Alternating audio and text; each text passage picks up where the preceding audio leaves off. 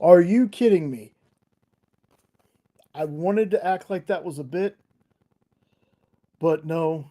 Let me reverse all over again. I can't. I the thing was I had it unmuted when the video played, and I'm used to having it muted while I'm going. That's awesome. That is fantastic. Let me restart that whole thing.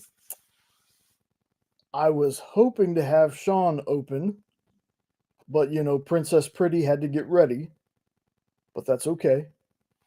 Uh, man, there was a whole spiel there. So we got a bunch of things we're going to talk about, but as always, let us know in the comments, any of the holiday themed comics and movies that you like. I'm going to go ahead and say it because it's on the list. Die Hard is a Christmas movie. I don't care what anybody says. I don't care what Bruce Willis says. Die Hard is a Christmas movie. Now, obviously, I didn't put everything, you know, on here, just some of the ones I could think of. So I'm pretty sure there's going to be. No, for once, I had the thing unmuted and muted it before we started. So that's awesome. If it's not one thing or it's another, I got to get one of those ones that like alert me or something. Uh, let's see what else is going on. Oh, near the end of the show, I'll be talking about Firepower, which was Lorena's win pick. Where, yeah, I mean, it was Lorena's pick, kind of. Uh, but Lorena's name got pulled. We shuffled it. It landed on Firepower. I, yeah. Um, I only got through 8 issues. First one is a prelude, but I got through 8 issues of it. I mean, there's 30 issues of it. I'm going to continue reading it, but I'm going to give you my overall thoughts, and then we're going to pick a new book. And I'm really excited to talk about Firepower. So just so you know, I liked it. So there's a spoiler for that. But I'll do my J kind of review where I keep it so vague. You're going to be like, I don't know what the hell this guy's talking about. But we're going to do that. I'm gonna at the beginning of the show. I'm gonna talk about some stuff that I've watched, some stuff I read because I have read some other comics, just not a ton. And yeah, I wanted to talk about the experience real quick because Tuesdays are changing. Tuesdays, a lot of people. I always forget to mention this to Nick to say during his spiel at the end of the art show. Because he goes through all the hey Triple B, what's going on, brother? Hey, put your name on the wheel. When he goes through and he talks about all the shows for the week. Well, I always forget that at 2 Eastern, 1 Central, we have Comic Industry Insiders with Adam Freeman of Prana Direct Market Solutions and Adam Garside of Manage Comics and a bunch of other guests. So that show's on 2 Eastern, 1 Central. Then, it's where it starts getting weird. Welcome to Wonderland is officially over. But that doesn't mean Rich Davis is leaving. Rich and his comic partner, Les Garner, are going to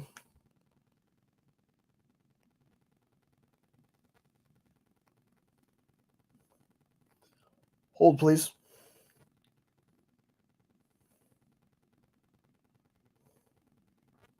There we go. Stuff happens live, folks. That's okay. They're going to be having, I can't remember what they wanted to call the show. I think it's Writers versus Artists. They're going to bring different writers and artists on. They're going to be talking about Kickstarters. It's going to be more of a podcast style. That's going to be at 5 Eastern, 4 Central. So it's supposed to be an hour and a half, 2 hour show, somewhere in there. Then at 7 Eastern, 6 Central, we still have a minute to skim it. But then after that, we have 2 additional hours where Miss Jen sells the new books. So it's her CBSN show that's also going to be on the experience. It'll be like when Kyle and I were doing the CBSN stuff. Unfortunately, I don't think you have to comment through the Facebook one, but it should be a lot of fun if people are looking for new books because I know people uh, love the end of Wonderland when they did new books. People really bought that up. So it'll be 3 hours of Miss Jen on Tuesday. So yeah, kind of. And Sean's in the background. I'm fixing to bring him in. Um, yeah, it used to be Dan Wickline, Black Comics Universe, uh, then in stores this week and Minute to Skim It or some version of that. Then at one time it was Dan, Minute to Skim It, in stores this week, Mint Hunter, Country Road Comics. Like there used to be it was kind of a full day on Tuesday. So we're getting back to that. So without further ado, I know you guys might not remember this guy. Okay? But he is a part of the Hydra. There are 3 of us. Who's that? It's Sean. Now you got to remember, I'm not real.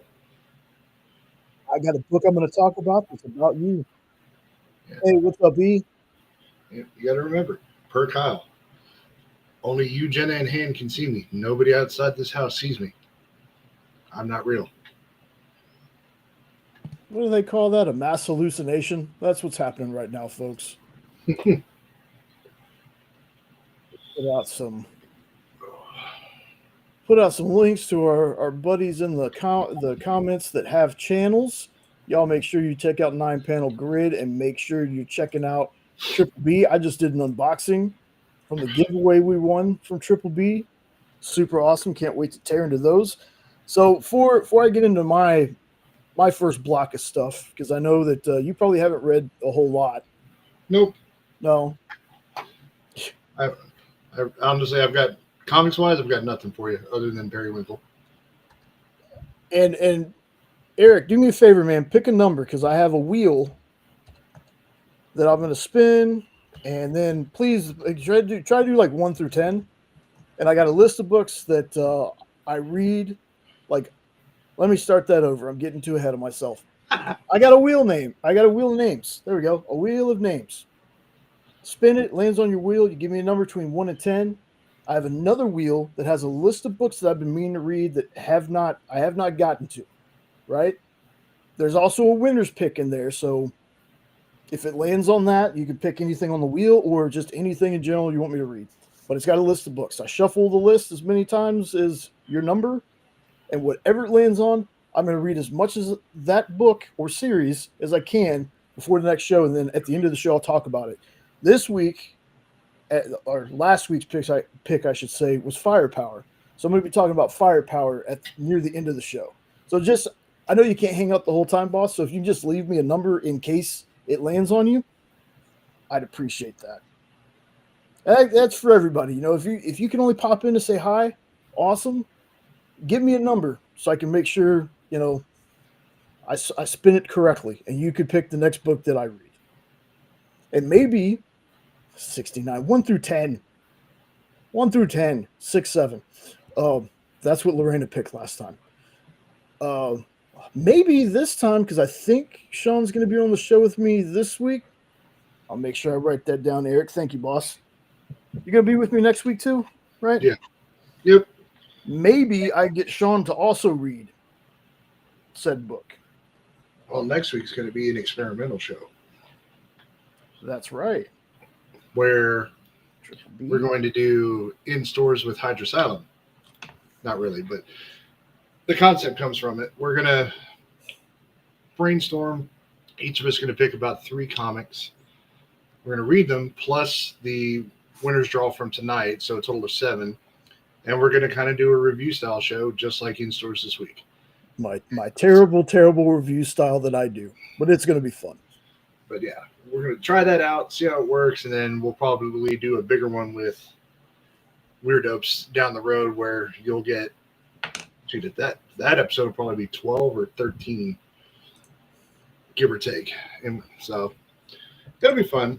It'll be something just kind of more comic centric. Yeah, my hair is time for a haircut, man. My sideburns are getting kind of wild here.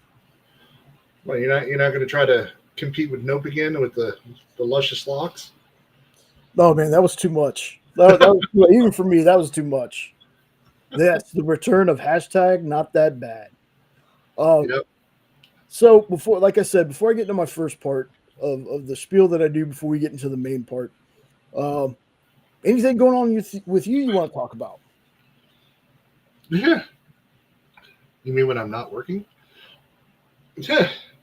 Well, I am finally starting to piece together that end of year list. We know that we all know the list. Oh yeah. It's that 10 list. 10 favorite comics I read this year. I have 7. Oh. Yeah. So there's still 2 slots left here.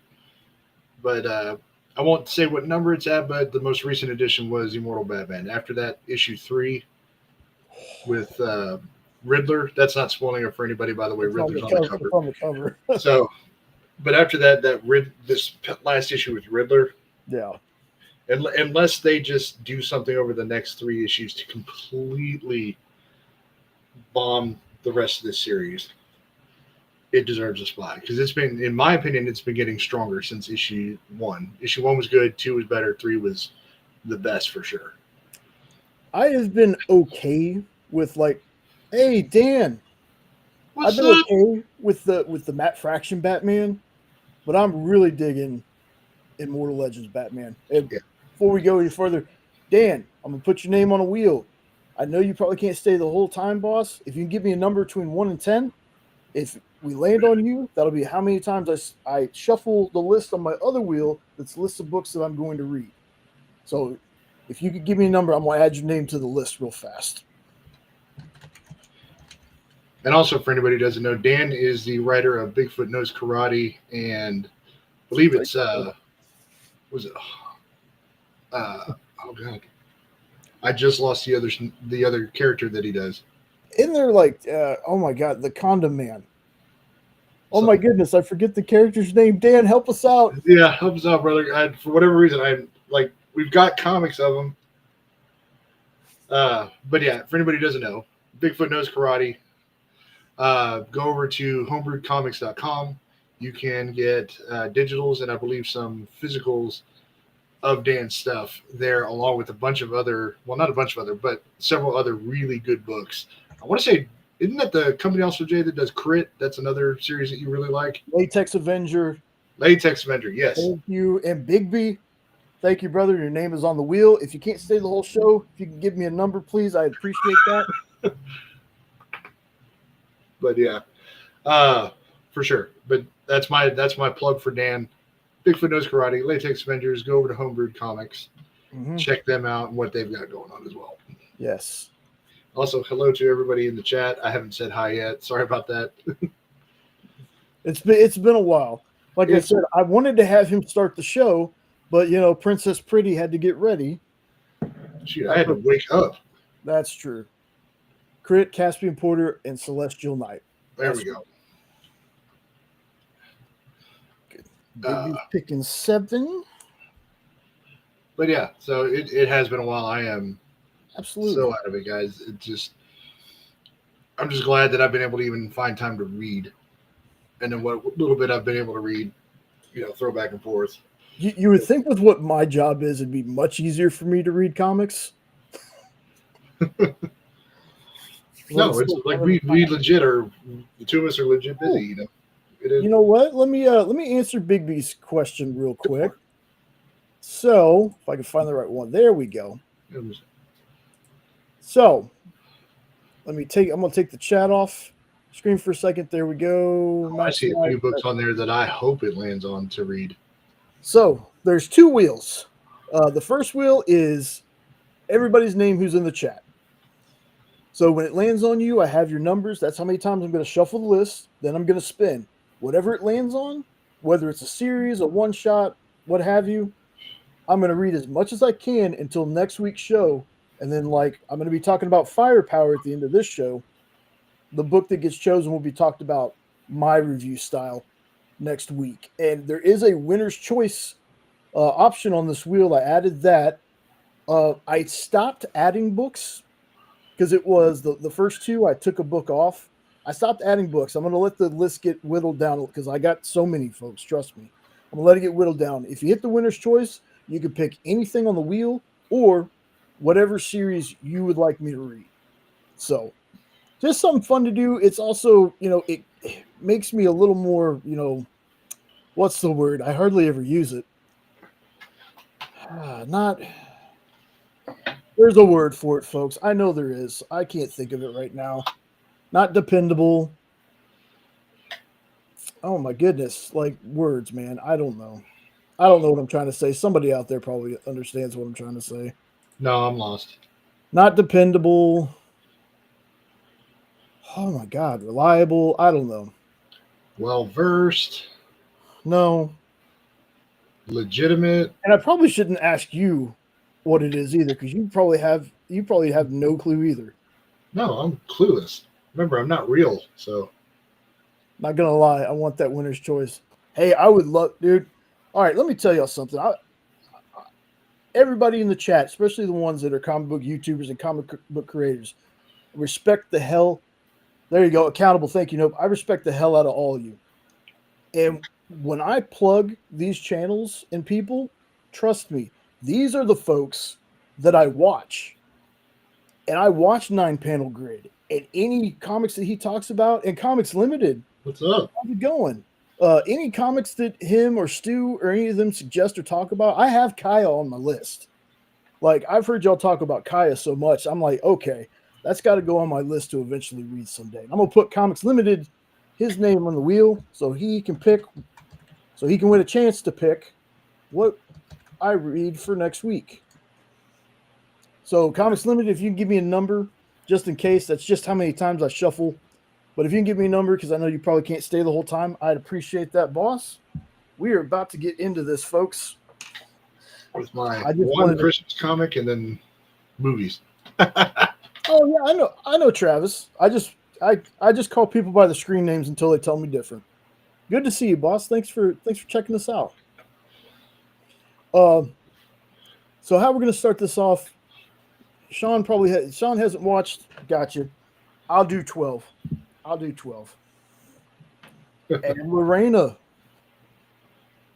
I'm gonna put you. I know this is not. Oh, if you've already won, I'm gonna leave you off. I'm just gonna put everybody on because whatever y'all pick. We'll be talking about firepower later. And Eric, never stop talking about comics you dig, boss. I appreciate that. So I'm gonna talk about stuff that along with Jenna, have watched and some stuff that I've read. First thing I want to talk about, Haunted Hotel. I'm gonna make that a little bit bigger so y'all can see that. So this came out September, and I hadn't had a chance to watch it yet. I was working. Jenna asked me, she goes, "Hey, no, whatever, Ed, no." She went ahead and watched it. She loved it. She was like, "Okay, you got to watch this." I was like, "Well, I watched the trailer. I was super interested in seeing it." Now, this is, I want to say adult animation, but it doesn't have that let's be super edgy and F-bomb every other word kind of feel to it. There's no F-bombs actually, and I think the one they use, it gets bleeped for comedic effect. This was a fun show. So fun that apparently it's already been greenlit for a second season, which is, even if it wasn't, the end of the story wrapped up so well it wouldn't need it. So if you're looking for something to just burn through, just something to put on, this was really good and really heartfelt in some parts of it. I know it says from the creators behind Rick and Morty. For me, it didn't really have a Rick and Morty feel to it, but again, I don't like Rick and Morty. I like the comics. Notice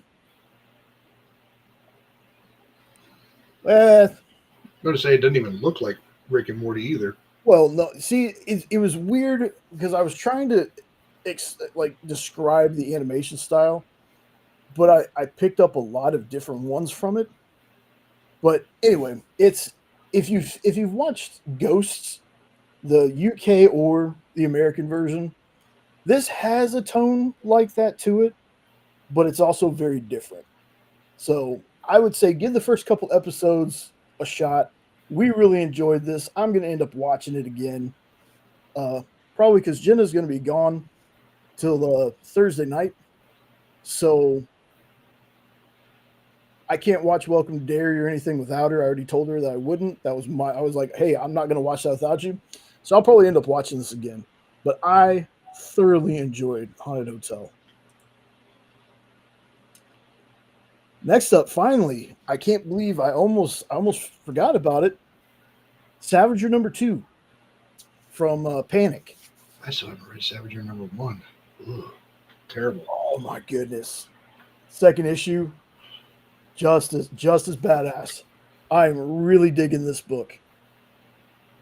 Really digging this book. Like body Am horror, yeah, a little bit, Ed. am Yeah, I that's am I able to look or what? Am I able to read this through where we've been getting our fix from? yes. Okay. That's how I found it. Okay. We'll look it up. Yeah. Um, body horror meets American, kind of like American Parasite a little bit. Like if you remember Parasite the Maxim, it has that kind of feel to it. Uh, New company. This is the first, I guess. I think it's new. I could be wrong about that, but first book I've read from them. Really enjoyed the first issue. Second issue was not a disappointment. So you got a way to check this book out. Check it out. See if it's your jam. Some of the art that's in it, like the body horror stuff, is so damn cool. Yeah, it's a I don't want to say fun book, but it's a good read. Like it was one of those before I knew it was over. I was like, man, and I've been waiting. I think it was like a month or two.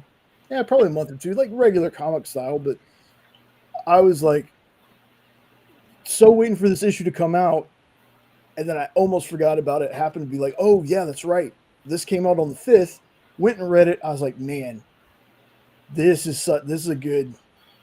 If it wouldn't be probably accused of being a blatant ripoff of Parasite, which again I don't think it is. It has that definitely has that influence of Parasite, where it's the parasite and the human working together.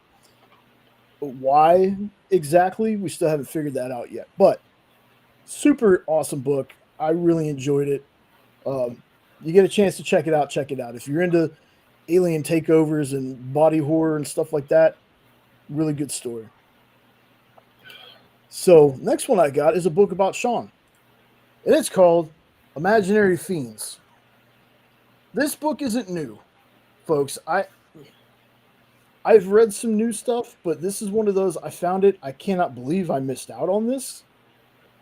Uh, this is a book about imaginary friends are real, and they're not all great. So it's a scary movie. A scary movie. It's a kind of horror book with imaginary friends. I don't want to get too into the story because it does also have a. I think if you're a fan of Something is Killing the Children, you might like this.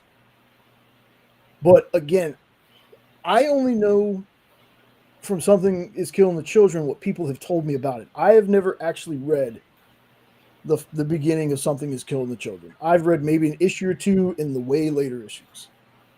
So, folks who like Something is Killing the Children either might really like this one or think it feels like a ripoff or something. But I enjoyed it. I thought it was really cool, a really cool premise. Something I don't think Lorraine is choosing too. Let me write that down real fast. I wish I had sent you over all the covers of stuff that I've been reading. Since I haven't been on in a month and a half, I have read. Yeah, well, you can always bust through my talking, man. That's what I tell people. I don't want to talk the whole time. So if you got something, Oh yeah, I've got like 4 or 5, so we're good. But yeah, see. I will counter though. You say might find it a ripoff of Something is Killing the Children, or is it the reverse? Because it sounds like this came out first. I didn't check to see when it came out. Granted, I forget sometimes that Something is Killing the Children has been out for 5 or 6 years at this point. Yeah. Actually, longer because we were in the apartment. Yep. So yeah, somewhere around 5-6 years, which is crazy to think. But I would definitely tell you, Sean, being the fan that you were of what you read of Something's Killing Children, I would definitely tell you to check this one out. For sure. See, all my stuff is all the old cartoon properties or stuff that people have been doing. Like I've dove deep into all that. Speed Racer, awesome. Phantom, I read that issue #1, and you were getting kind of the commentary after as I was reading it, not after. It was hilarious because at first I'm like, yeah, I'm not digging this, and then finally around the last third of the book, it finally started giving me something. So now I'm ready. If our boy Bearded Comic Bro, if you come back, if you see this on the rewatch, dude, I am sorry it took me a year to listen to you to read Dick Tracy. I'm starting to read that series, and man, it's good so far. It's so good. And then, have you been able to read any of Beneath the Trees Where Nobody Sees Volume 2? Oh, yeah. God, I don't know what it is about that series. I no longer have the sympathy I had for Samantha before. Yeah. But that, I don't know what it is about that series. Like, how do you draw something that childlike, and yet it's that awesome? Ask Trish and Tony Fleece and Tone Rodriguez about that. Yeah, right? Anything else you read? What's up? Anything else you read? Of course, yeah, Mortal Legend Batman. I did finally listen to you, and I read Skinbreaker. What'd you think? At least issue 1. I still need to read issue 2, but I can understand when people say that book is a visual masterpiece. It's a story that's been told. You know, it's not anything new story wise, but visually, whew, it's crazy. Got a book coming in from Bad Bug, Charlotte and the Clockwork Heart. I read my digital of that, and I'll talk about that because that's one of those I'm gonna have to unbox that. I don't do unboxings, but because of what I ordered, that was the one that I went big on. I got to show some of that off, but it was a really interesting book. And it's probably a very off description, but I liken it to a little bit of Cinderella mixed with Short Circuit, but in a Victorian era steampunk. Was her stepmother a snowblower? No. Okay. Unfortunately. Yeah. Her owner was. Laser Lips. So, but yeah. So, and it was a good read. That was one of those where the story itself was like, okay, I can kind of relate to it, but it was the visuals that really carried that one. And then what else is there? Oh yes. I haven't talked about this live yet. I read all of Jump Scare. I can understand why Nope and Jay raved about that book. It was one of those kind of infectious things. Like AJ from Welcome to Wonderland had said something about it, then Nope said something about it to me, and then I read it, and then I said something to you. Yep. A little trickle effect. That book is this year's Where Monsters Lie. Oh, it's so good. We've had Grandma Chainsaw, Where Monsters Lie. I forget what crazy one we had in 2024, unless that was Where Monsters Lie. And then this year it's Jump Scare. Like all these, and what I mean by that, folks, if you go back and look at some of what we talk about, these books are, for lack of more elegant words, batshit crazy. They are hilarious. They are gory with some of the best kills you have ever seen. All I can say is she wears a glove with finger chainsaws. At one point. It's epic. That's definitely one of my favorites. And then,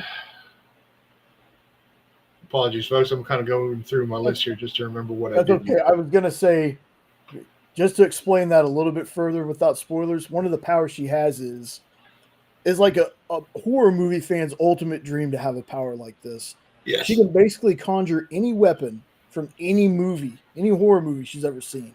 Yes. And she's seen a lot of them. So I don't think in my life I ever wanted to see a movie now that has a chainsaw glove. Yeah. When I saw that, I was like, I want to see that used in the movie now. Yes, that was awesome.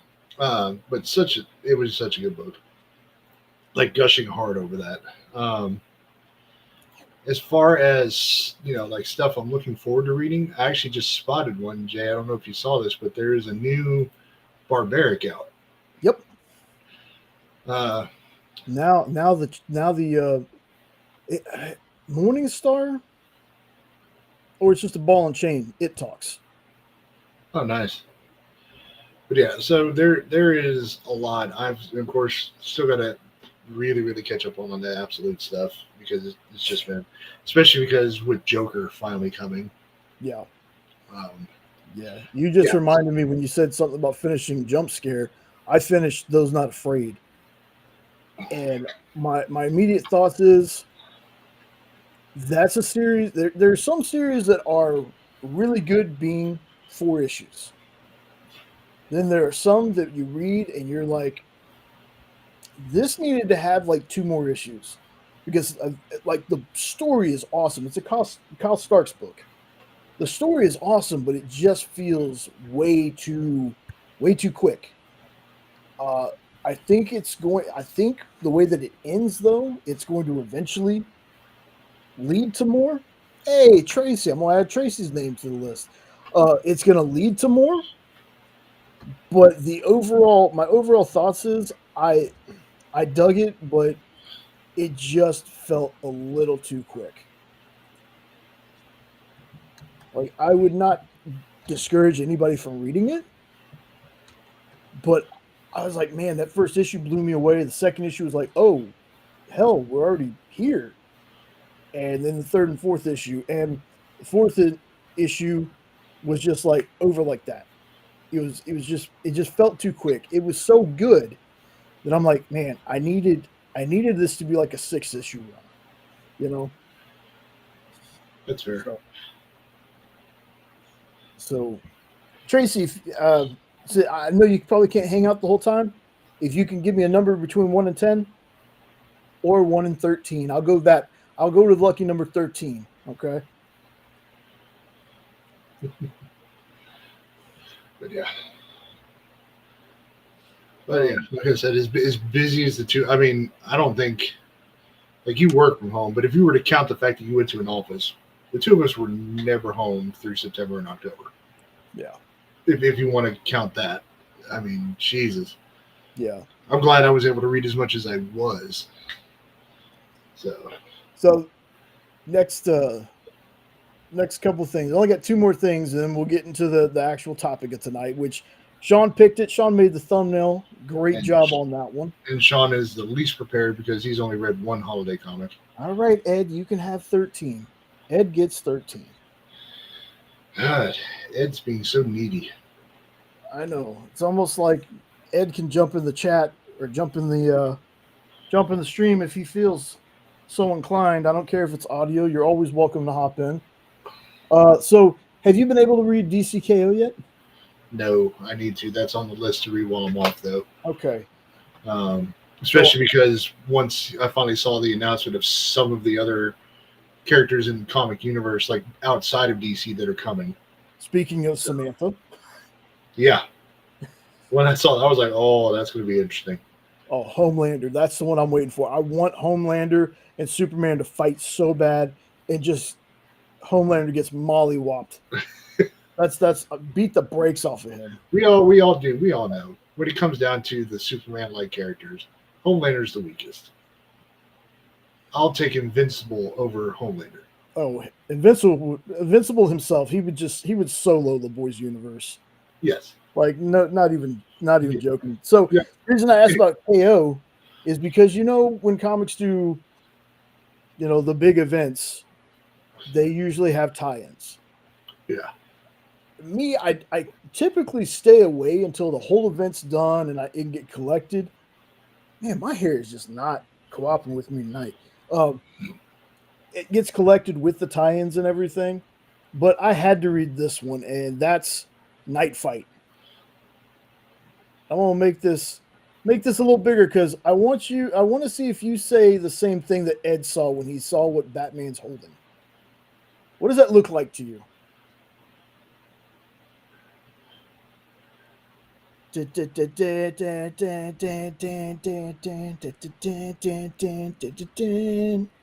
not gonna lie, I don't really see anything. So the weapon that he's holding, you can't see that? Oh, it looks like a batleth. There you go. I knew you'd get it too. Yeah. That's the Sorry. same. That's okay. That's the same thing Ed said. Sometimes it's so obvious that it's just right there in front of your face. I'm like, am I supposed to be looking in the fire? Like, oh, you mean the batlet that he's holding looks like he's fighting a Klingon, Yes. aka Worf? Yes. So So folks, this one I would tell you. Give me just a second, folks. The dog's going crazy because Jenna's not here. Hold on just a second. well, you are going crazy. Well, oh, the dog is too, but yeah.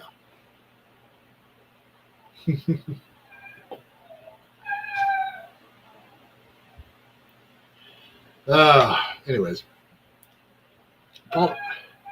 apologies that I don't know anything about this particular book, folks. But yeah,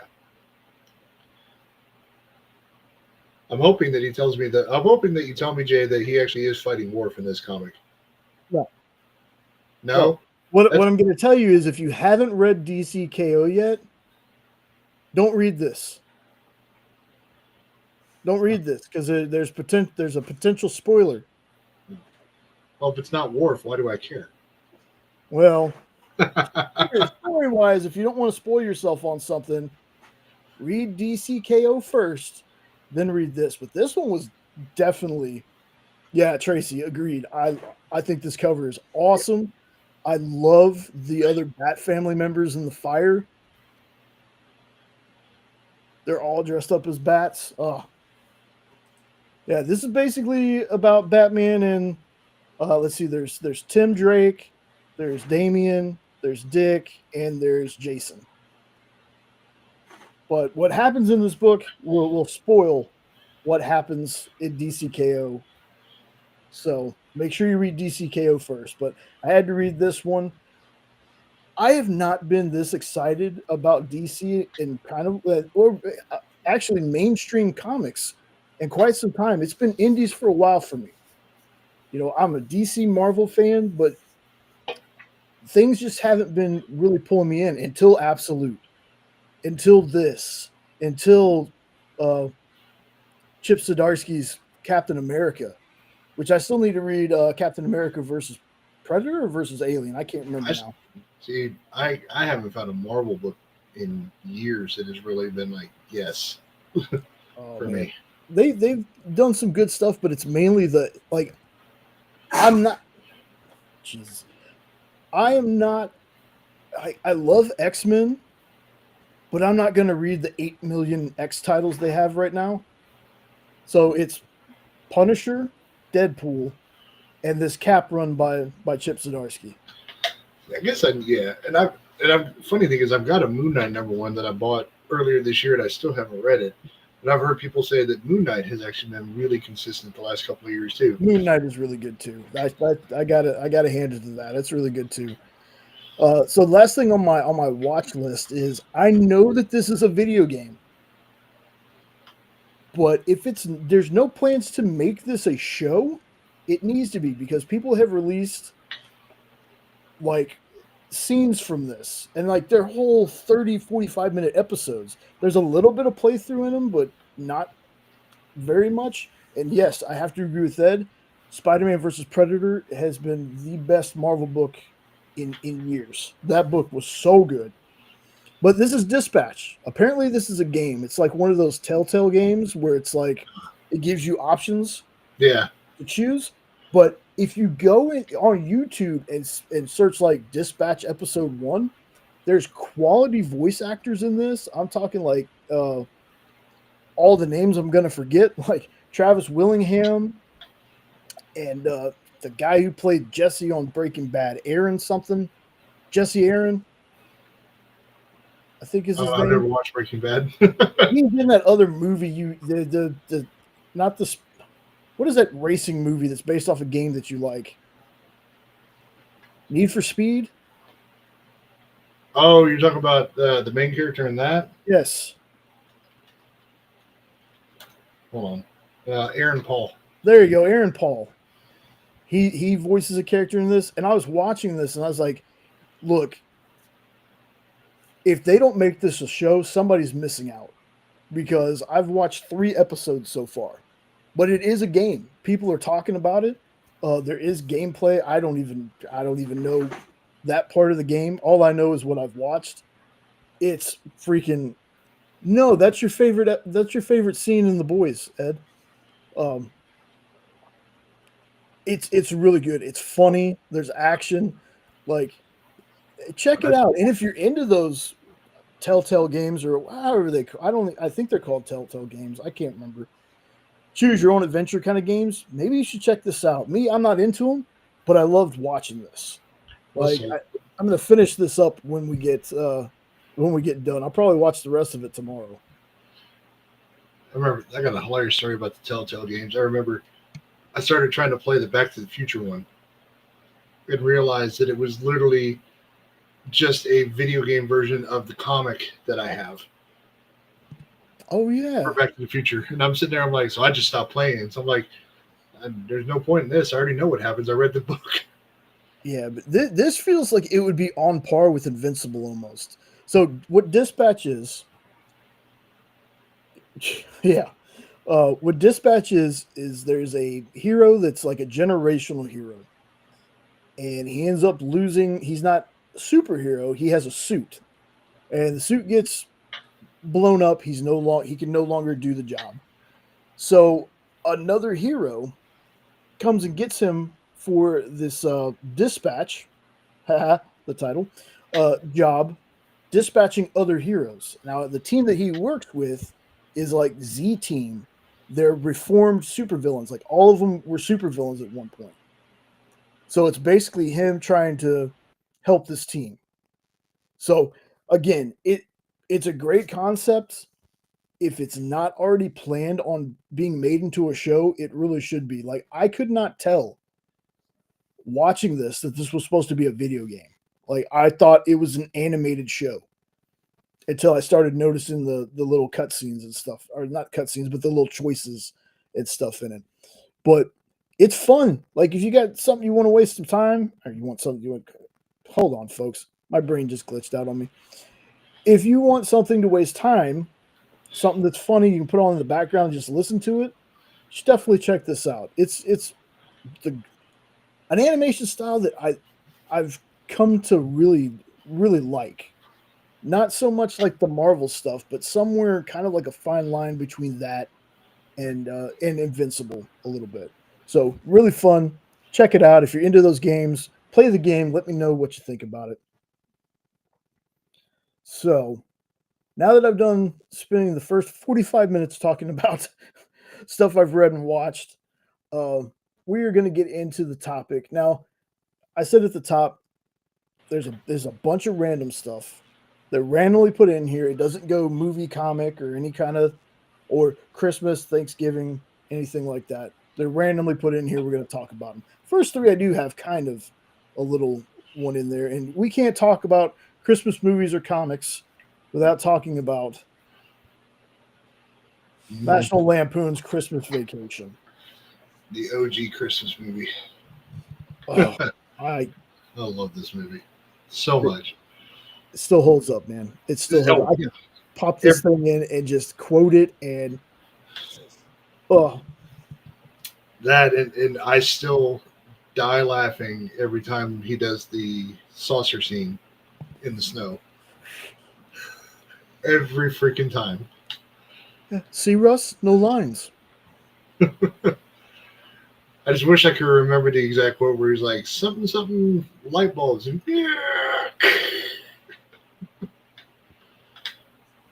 so, but yeah, this for me is the OG Christmas movie. The first one I can really remember sitting down and watching with the family as a kid over the years. Just hysterical. This and Die Hard, but so those are the OG ones. Yeah, exactly. I just one of my greatest memories of this movie is watching it with my folks and just it takes something really funny, or it took something really funny, I should say, for my dad to just bust a gut laughing. Like my dad would laugh. My dad was not like joyless or anything, but my dad, if something was funny, to get him to laugh as hard as he did, it would have to seriously be funny. And this movie, no matter how many times we watched it, my dad would just like red in the face laugh at parts of this movie. Yeah. Loved it. Now let me ask somebody else something. Ed, Shitter's full. there we go. I knew it. I knew you were going to say that line. I love you for it, brother. I love you for that. As soon as I saw it, I'm like, I got to blip on at least for Shitter's full. Yes. You shouldn't kill. What was it? The little girl says, "Shit and bricks." You Yeah. shouldn't use that kind of language. Shit Sorry, and rocks. Shit and rocks. I could almost act this movie out. Don't get me started. I love this movie.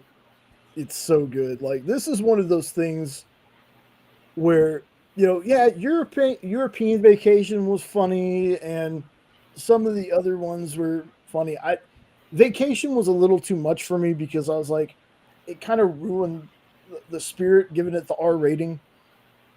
It kind of ruined the spirit of the movie. Like, it wasn't a bad movie, but I'd rather watch Christmas Vacation than any of the other vacation movies. Yeah, I'm there That's with just you. me, though. That first one, that was the first one in the thing, and they were trying to make it like a Chevy Chase adult comedy thing. That's why it was R. But yeah, you want a real stinker? Vegas Vacation's terrible. Don't even waste your time. I didn't even. Apparently, it's so bad I'd never even heard of it.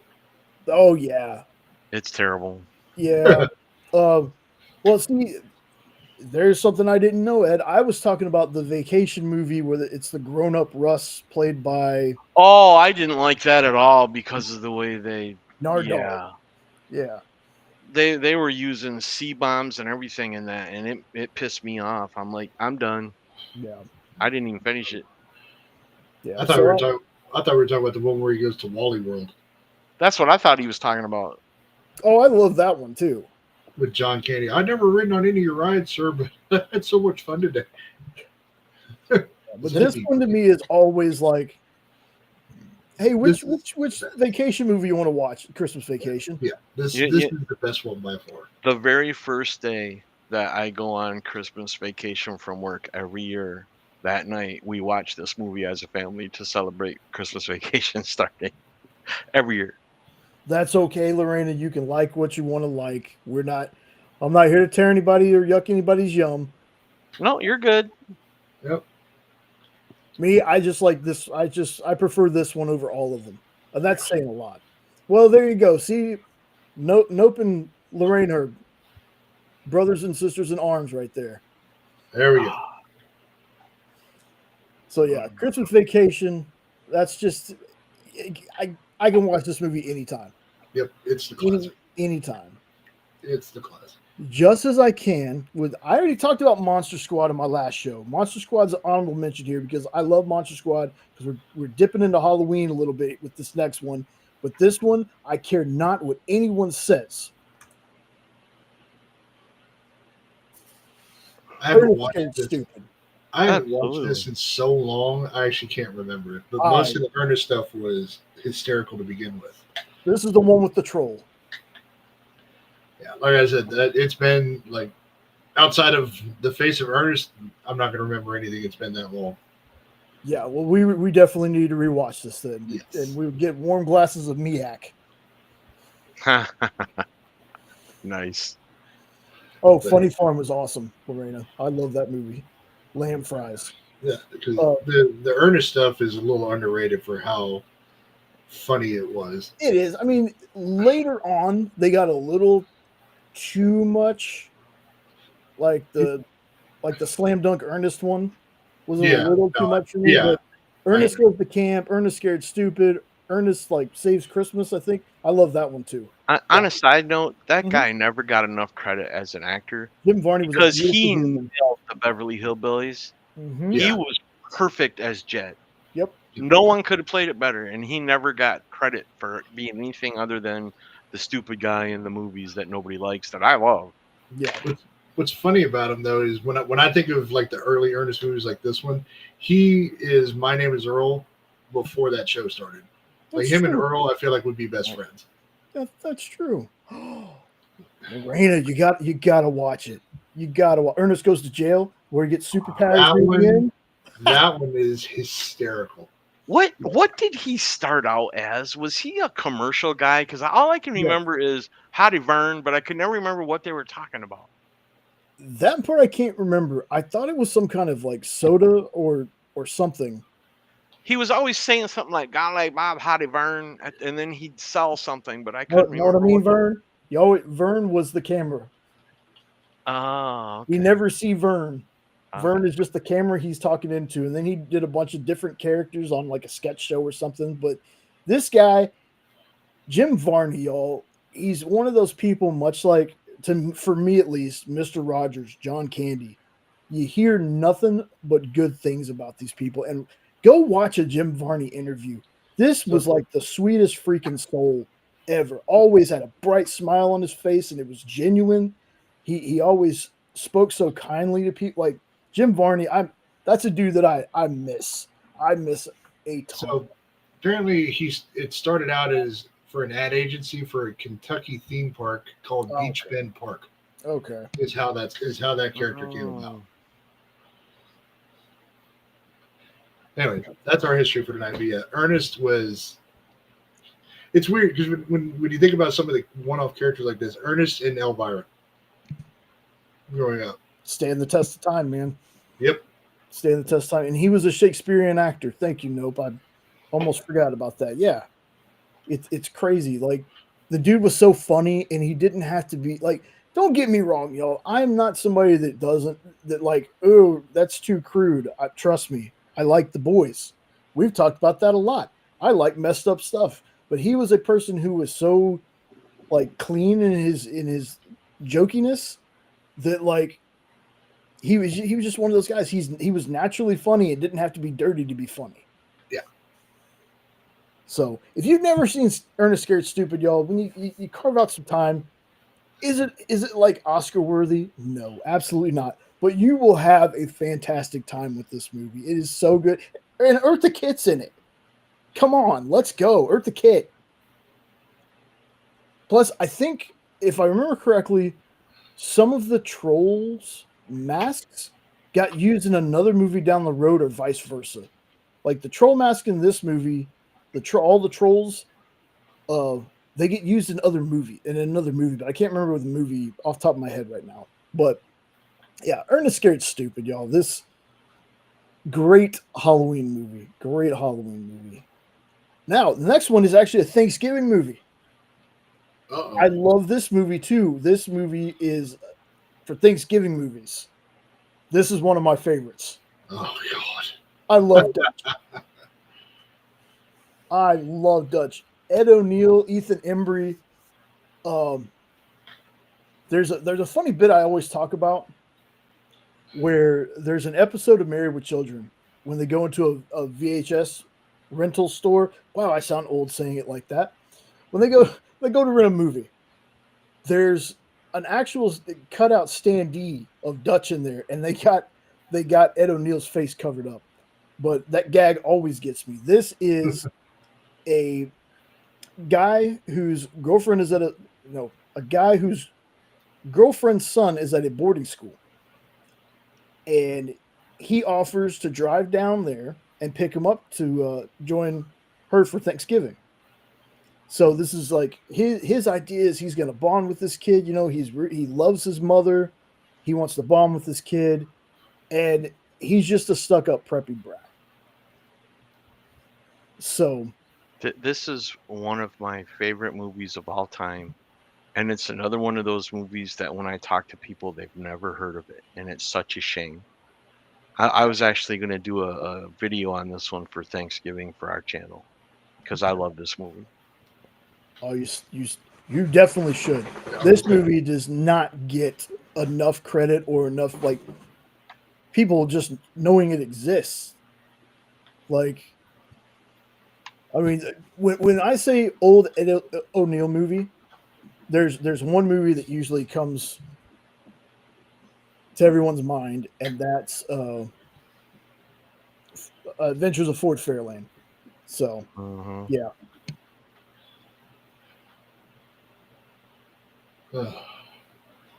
Yeah, because he's basically playing Al Bundy in this movie. He acts exactly like Al Bundy.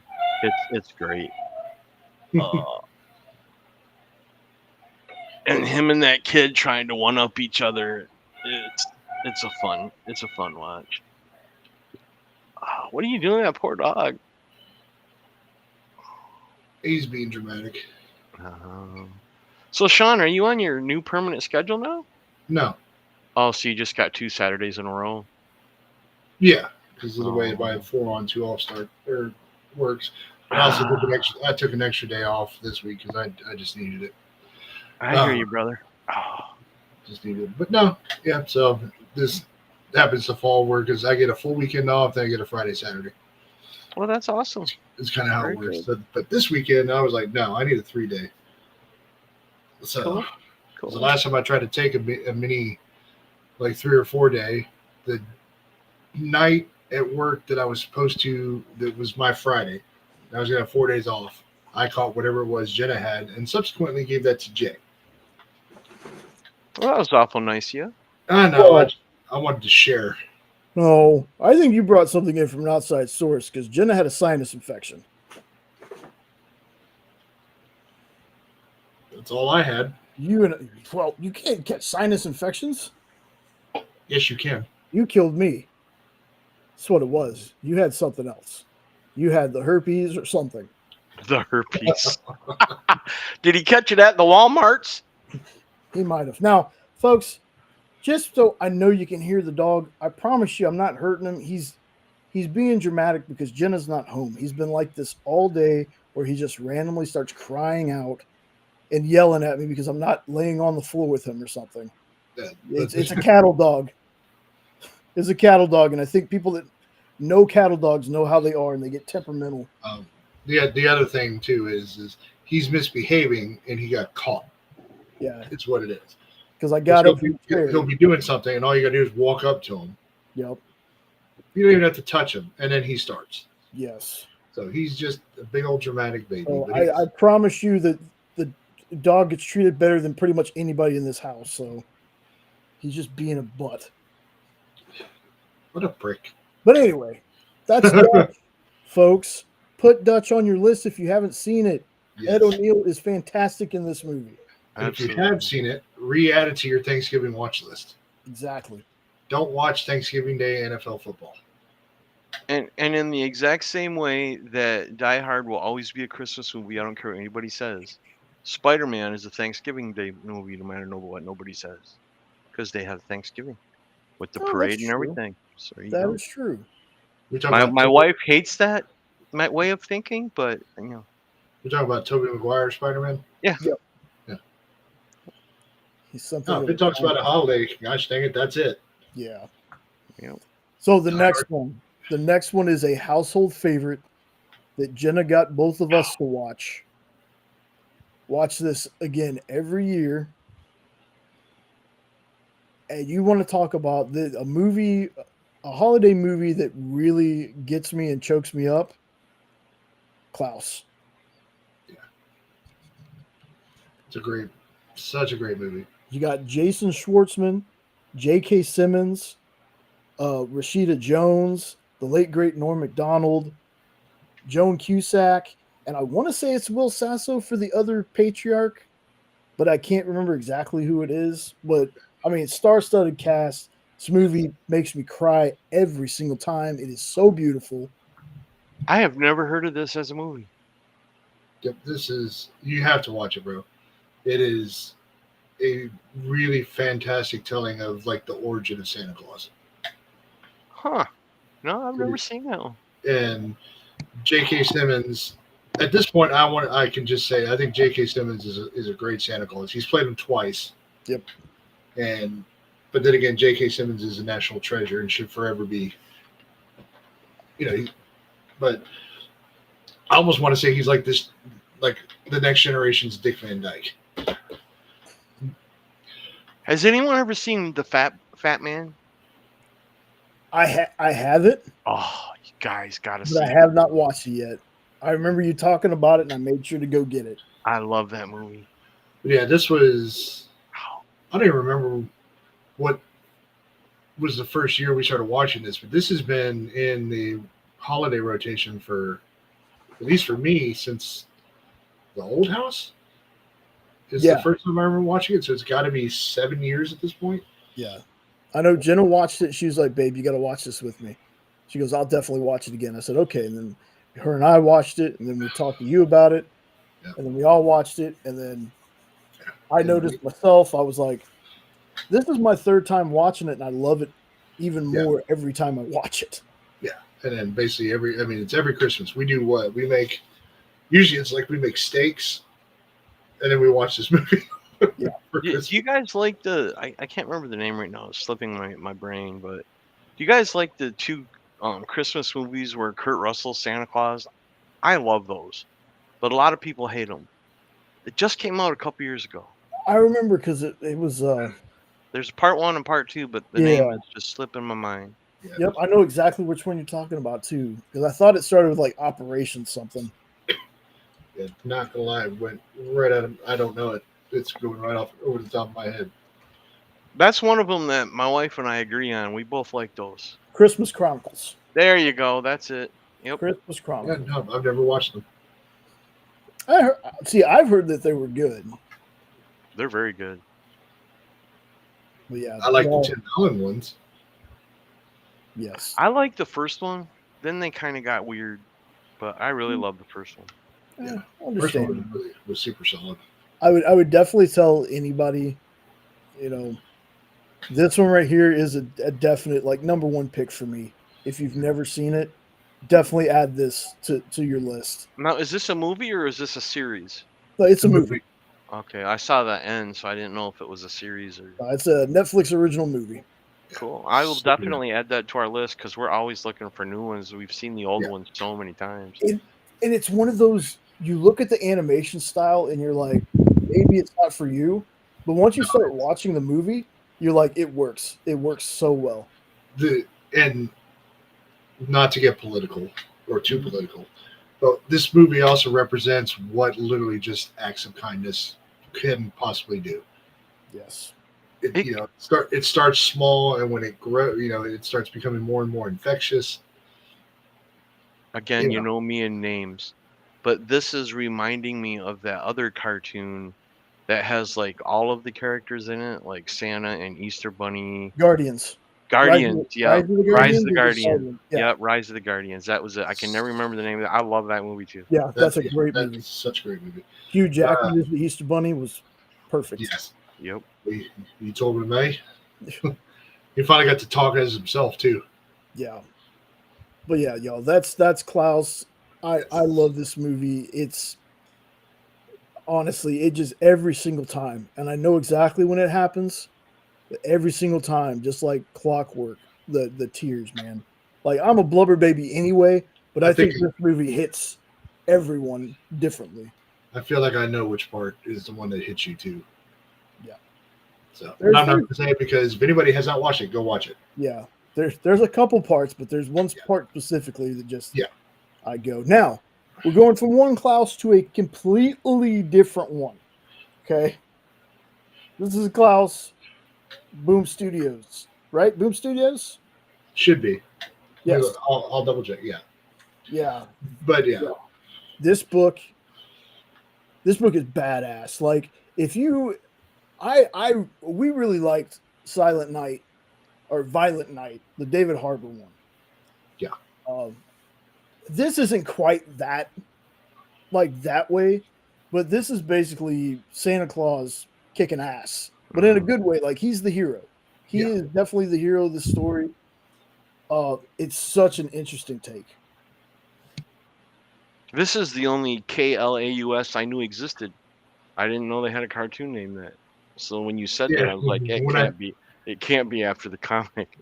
That would be Well, hilarious. So like and for anybody who doesn't know, when I was coming up with the thumbnail, my thumbnail was a bit redundant at first because I had both the cartoon Klaus and this in the thumbnail. And everybody was kind of like, it's like, it looks good, but Klaus and Klaus, huh? And so I was like, okay, let me see if I can figure out something different. And then Jay luckily was like, yeah, this, because I'm like, I can't think of any other holiday something. And he goes, yeah, this. I'm like, oh, okay. This was like 2015, 2016, Lorraine, if that's what you're asking.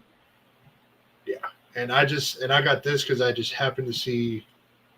It's like you can understand. It's one of my best looking hardcovers. Yeah. I grabbed it because it was like gold edge pages, super high quality, and it was on sale. So I was like, oh, screw that. So I bought it. Yeah, and I ended up reading it And first. Jay's like, dude, I don't know if you've read it yet, but I freaking read that thing. Yeah. This is one of my favorite Grant Morrison books. I'll say that. And I know Grant Morrison's done a lot of stuff in the comic book world. This is one of my favorite things he's ever done. Yeah. It's Santa's a force for good. It just, oh my goodness. I think I did a short a while back. I think last year for Christmas, like holiday books you should read. Yeah, And this was on there. I want to say you did this and Periwinkle in the same. Yes. One. Yes. So, but yeah, super awesome book. Like, I'm not going to tell y'all anything else. If y'all can find a way to get this and read it, you should. And with everything that I suggest, read it and let me know whether I was way off base or if you thought the same thing. But this is such a good book. It's such a great story. I think there's other tie-ins that I haven't read yet, but the main bulk of the story. I was going to say, if there's tie-ins, holy crap, I need to find those. Yeah, there are a couple. Okay. Do you have the naughty list on your list for Christmas comics? I haven't read that one.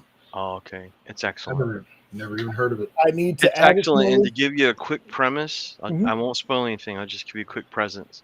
Someone steals the nice and naughty lists and decides anyone on the naughty list should, in a politically correct way, meet the Punisher. And it's such a good movie. It's such a good series. Yeah, like I know of it, but I haven't read it yet. It's a completely different take on Santa Claus, and somebody gets a hold of the naughty and nice list and decides anybody on the naughty list shouldn't be alive anymore. It's a great read. Wow. Okay. Here's next on the list. Like I said, skipping around. It could be movie, it could be comic, it could be Christmas, Thanksgiving, or Halloween. But I'd be very remiss if I didn't put this on the list. Thank you. Halloween. The greatest movie ever made, period. I'll argue anyone to their death. Ed, I actually want you to talk about this for a little bit because you were kind of the expert on this one. I absolutely love this movie. It changed the horror genre forever. Without Michael Myers, you're never going to get Freddy Krueger. You're never going to get Jason. And this movie was made on such a low budget, and there are so many cool little stories behind it. For example, John Carpenter and Robert Englund were both living in the same little apartment building. And Carpenter wanted to make the movie, but he didn't have a lot of money. So he was asking anybody in the apartment building if they wanted to help. And Robert Englund said, sure. So Robert Englund got his break into the industry, and his job was picking up dead colored fall leaves, putting them in a garbage bag, and taking them to California because they were shooting the whole thing in California where there's no fall autumn colors. He had to spread the leaves around for every scene where they needed them and then go around and pick them all back up and put them back in the bag. And that's like such a great little story. And I love that. But yeah, the whole thing is filmed in California. They were all sweating to death because they're dressed like it's supposed to be fall. And that's why they don't really show much of the area because it's mostly palm trees. They found one little street that didn't have any palm trees that were showing. But yeah, it's a masterpiece. It's the greatest movie I've ever seen. It's tied with Jaws as being the perfect movie for me. Yeah. Oh, 100%. 100%. Like I might be a little bit in in the minority. I really did enjoy the first Rob Zombie Halloween, but if somebody was to tell me, "Do you want to watch the Rob Zombie Halloween or this one?" It would be this one. There's something about. I'm sorry, Jay. You broke up for the last 30 seconds. I didn't hear anything. You're good. Yeah. Doesn't exist. Exactly. The biggest problem I had with it is he smutted it up too much. Yeah. And he gave him a backstory and tried to explain what made him. No, that's the beauty of Michael Myers. You don't know what he is. Yep. You don't know. And in his version, it makes no sense that he could get all of those wounds done to him and still survive because he humanized him and just made him like a kid that was bullied, that living in a trailer trash. I don't even want to go there. I This movie rocks. I love Rob Zombie's music. That's all I'll say about Rob Zombie. Well, yeah, this is one of those though. It's a classic. You got to watch it at least once or 1,000,000 times. It's depending. also got the best soundtrack of any movie ever, in my opinion, too. The music in this, the haunted house theme, the shape theme, the actual Halloween introduction music. It's all, oh, I love it. Yes, 100%. Now, controversial, but not really. Die Hard is a Christmas movie. Absolutely. Yeah. Anybody who says otherwise, don't come back. And for a lot of people, if it, it's not Christmas until Hans Gruber falls from the Nakatomi Plaza. Have you actually seen the little thing that they have where he falls one level per day that you can buy? Yes. I love that. I wanted to get one so bad, but I got this one in Lethal Weapon and another one I can't think of off the top of my head that I always watch like the first day of December, and I get the look from the wife. Those are not Christmas movies. Yes, they are. Go away. Yeah. 100%. And it wasn't until many, many moons later when I heard that nice little piece of trivia that late great Alan Rickman didn't know they were dropping him. Like they were supposed to drop him on like the count of 3 or something, and they counted 1, 2, drop. So that look he has on his face when he's falling, that's his like reaction to being dropped too early. They're gonna drop him. But yeah, I love this movie. This was Moonlighting was actually my first Bruce Willis. First time I've ever seen Bruce Willis. It was Moonlighting. But this was my first like Bruce Willis movie. You want to hear a funny short story? Yeah. I hated Moonlighting so bad. My siblings loved it. I did not see Die Hard until I was in my 40s. I avoided Bruce Willis like the plague because I hated that show so much. And then I watched it and I binge watched all of them, and now I love them all. They're all great. My favorite one, I think, is 4, where the hackers take over. I think that's the 4th one. I could be wrong. Is that Live Free or Die Hard? Yeah, but they're all great. Yeah. The one with Sam Jackson in it is absolutely amazing. They make such a great team. Yes. I love that one too. The last one where his kid was in it and they went to Russia was a little but it was still good. Man, my poor Jay Courtney, man. I love that dude as an actor. Like I fell in love with him on Spartacus. And it feels like he just hasn't found anything that like has him click with audiences other than Boomerang. I think Boomerang and Suicide Squad was like the one character people were like, oh, Jai Courtney did such a great job in there. Or Jay Courtney. I think it's Jay Courtney. Did such a great job in that. I was like, look, if you don't like any of the movies that he's ever been in, go watch Spartacus. That first season of Spartacus with him in it, I loved him. He was one of my favorite characters. Has anyone heard an update on Bruce Willis? I haven't heard anything since I heard he was put into hospice. That's the last I'd heard. No, and I was unfortunately too afraid to look. Like, oh, okay. I get it's one of those things, man. Like nobody tells you when you get older, the people that you love and respect, they also get older. Mm-hmm. And we've lost so many freaking stars. I know that there was one year where it felt like 150 freaking, people I grew up with passed. There was one year, just like clockwork, every day 2 or 3 stars were passing away. And, you have legends like James Earl Jones that passed not too long ago. And then I'm still sitting here thinking about John Candy and how much I love John Candy. Like it's crazy. John Candy was gone way too soon. That's part of him and Robin Williams. Like those two hurt because, yeah. You know, and I think about it. I know it's a weird tangent to get on, folks, but tangents, here we are. It's so weird for me to think that in a few more years I could probably do it now. I can mention John Candy to somebody and they'd be like, "Who?" Yeah. You know, but then again, I remember my grandparents talking about certain stars, and I was like, I don't know who that is.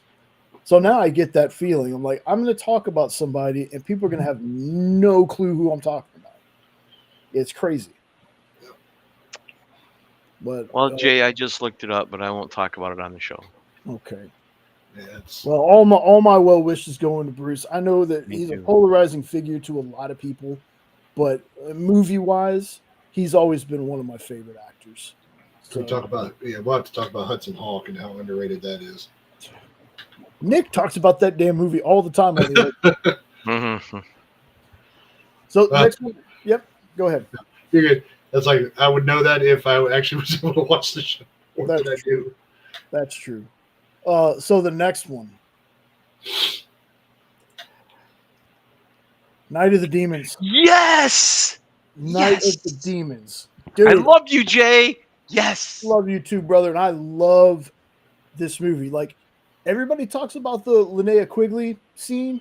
For me, it's the Angela Amelia Kincaid dancing scene. Yes. It was like an awakening for me as a kid. Ah, I love it. Like, whoo, goodness. When she starts dancing and then she bites the tongue out of that fat dude. Spoilers for a movie from like 88 or 89. Yeah. Yo, I love this movie. I didn't see the remake. I know there was a remake. I don't even think I ever saw the second one. It's just this one. And I want to say that this was a remake of an older movie too. But I'm not sure. I can't remember 100%. But y'all, this movie freaked me out as a kid, but I loved it at the same time. The practical effects for the gore, the demons themselves, like the sheer dread of thinking someone's gonna make it. It makes you feel like they're gonna make it, and then they don't. It's like watching Game of Thrones back in the day. This is one where I tell you, don't root for any particular character because you just don't know. But I love this movie, man. I love this movie. But just so you know, it's not a remake. Oh, it's not a remake. Okay. There So it's was a just movie remade. called Night of the Demon Uh-huh. that came out like when it was still all black and white, but it's totally different. Okay. But for being in the 50s, the Mhm. demon that they made was pretty damn impressive. I was Huh. impressed. But this movie, cemented the fact that there's something wrong with me. Because when I saw this movie, I was laughing so hard and just loved it. And everyone around me was like, "What the hell are you laughing at?" And I was just having a blast. I love this movie. So good. It's bunch of friends get together in a mansion for a Halloween party, Yep. and stuff goes sideways real fast. And like, if you're like Robbie, Linnea Quigley will never you will never look at lipstick the same way again. I'll tell you that right now. You got that right. Like I said, I haven't seen there now. This might not be a remake, but there is a remake of this movie. Yeah. I can't remember what year it came out. 2009. 2009. Okay. Yeah. I might check it out, but again, for me, a lot of times original's better. I'll be honest with you, it's okay. Okay. But they tried too hard to make it more family friendly and kind of took all the fun out of it, if you know what I mean. I won't say don't watch it, but if you do watch it, I'd love to hear what you think of it because I was excited to see it, but Well, it's no, okay. the clip that I saw didn't look too family friendly. Yeah, well, you'll know what I mean when you watch it. Okay. Yeah, but again, folks, this is if you've never seen it, it's 88 or 89. Look at It's the a fun cover. time. I mean, Yeah. just look at it. It's 88. Just So look at you- the cover. It's that. Yeah. How do you not want to see that? Mm. Yes. Like I said, for me, yeah, Linnea Quigley, beautiful, gorgeous. But Amelia Kincaid, just saying, you watch Angela dance. Let's go. Let's go. Let's go. She's no Selma Hayek with a python, but let's That's go. true. That's a whole nother list, brother. You It's a got that whole right. nother list. All right, looks like we're dropping back into comics. Zombies Christmas Carol. This is not really in, I want to say, that Marvel Zombies world. This one's done by Jim McCann. This is look, Scrooge. I love every single solitary version of the Scrooge story. The newer ones, there's one that had Benedict. No, it wasn't Benedict Cumberbatch.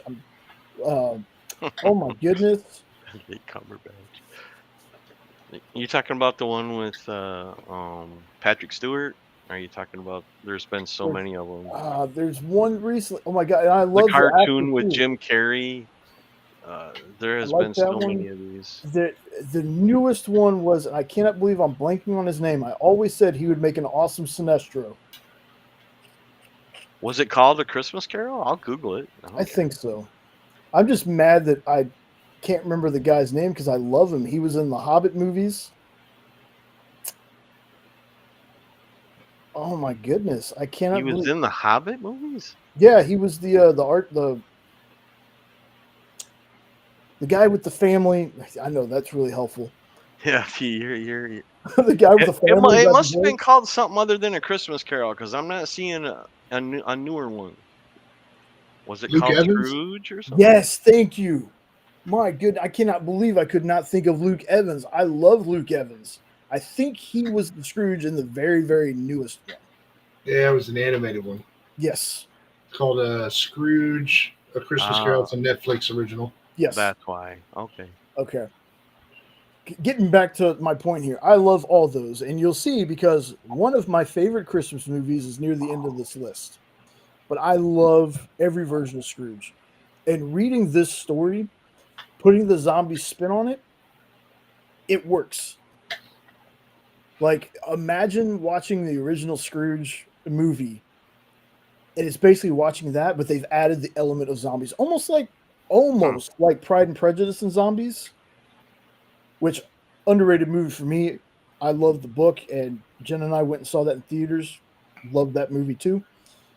But again, this is one where it's a classic story where they added zombies, but it doesn't feel forced. That's the part that I appreciated most about this book. And it's a comic, it's a graphic novel. We got the hardcover around here somewhere. But I'll be reading it again for Christmas. What year did this come out? Oh goodness, that part I don't remember. Ed with the tough questions. Within the last 10 years? Probably. Okay, that's probably why I never heard of it because I've just been pure indie. I've never heard of this. 2011. Okay. I have never heard of this one. Yeah. So you got me on one. Look at you. I get at least one. Oh. So yeah, that's zombies. This is another one that I got to get Sean to read because I'd love to see Sean review it. Since you said you love all the Christmas Carol versions, I got to ask you: have you seen Albert Finney's Scrooge? So, folks, that is my favorite. I'm gonna go ahead. This is the last slide on here, just because you said it. I want to go ahead. Ah, yes, Jay, I love you, brother. Love you, yes, so this is my favorite. Absolutely, 1000% agree. This is your favorite Christmas movie, period? Yep. Oh. There's one right underneath it. There's one right underneath it. The one right underneath it is the one that I thought was your favorite. All I got to say is thank you very much. Thank you very much. That's the nicest thing that anyone's ever done for me. I love this. I love think they Scrooge. actually used that music, that song or a version of it in that newer one with Luke Evans. Oh, did they? That's Mhm. cool. That's cool. I love this movie, y'all. Albert Finney was like 30 years old when he did this movie. And the And they, makeup's amazing. I honestly thought the dude was in his 50s. Yep. When the first time I saw this and they showed younger, I'm like, how'd they make him look so young? Yeah. And then I found out, you dumbass, he really was young. Yeah. But I was like 6, 7 Yeah. Back when I when, saw it. back when makeup artists were makeup artists. Yep. Yeah. Just so then- you know, and just to warn anybody who has any phobias, it is a musical. Yes. But it is fan-damn-tastic. And you will have at least 3 songs stuck in your head by the time this is over. Thank you very much. Yep. And I Like Life are two of my favorites. Oh, for sure. Absolutely. Yeah. Mine is I hate people. Yes. Yeah. I loathe people. People yeah. are despicable creatures, loathsome individual features. Yes. I love that song. Yes. And again, this was my last slide. We'll go back to it. I'm sorry, I didn't. No. As soon as you said, I was like, you know what? I got to show it now because I wasn't going to be able to contain it. Yep. This is my tops, y'all. This is my tops. Every year it comes on, I have it, just like a bunch of other Christmas movies I have. I will watch it anytime it's on screen. I love this movie so much. Back before we had VCRs, I would cry if I missed this on TV, and it just didn't feel like Christmas to me if I missed it. Yep. Everybody else is like, I missed Rudolph. I'm like, I missed Scrooge. What? What's that? Oh, jeez. Ironically, my favorite version of the Scrooge stories is the Mickey Mouse Disney one. That's my wife's favorite. We watch that every year too. The I Disney love Christmas that one Carol. too. Yeah, that for whatever reason, that's the one that always resonates with me. My late best friend, his favorite one was the one with George C. Scott. Love that He one really too. liked that one. Yep, that's another good one. Yep. The Jim Carrey one, I liked, except they left out the best part. After he woke up, they didn't have him do any of the good deeds. They just ended it, and I'm like, wait, what? Yeah. What? It's kind of weird, but again, it's almost like Superman. Any version of Scrooge, I love it.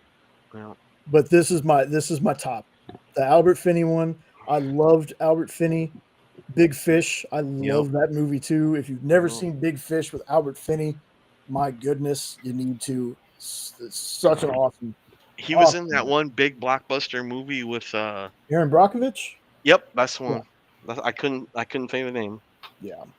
I was gonna say the actress's name, and I couldn't think of hers either. I'm like, I'm Julia screwed with the Roberts. name. Yeah. How were you able to get all those different? They're called tits. Yeah. Let's see.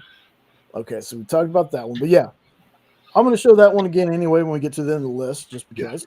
But next one is another Christmas one. Can't not talk about Periwinkle. Excellent. Yes. You just had me read this not too long ago, and I'm so glad you did. Yeah. It's great, isn't it? Let me ask you something. Yeah, let me know your thoughts. Let me hand it over to you for another second. I want to hear what you got to say about this one. You talking about me or Sean? You.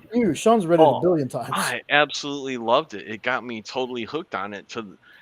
And I just want to give thanks again to the creator who gave me a free copy to read. That was amazing. I met the man and he gave it to me the same day. Scott is amazing. I love Scott to death.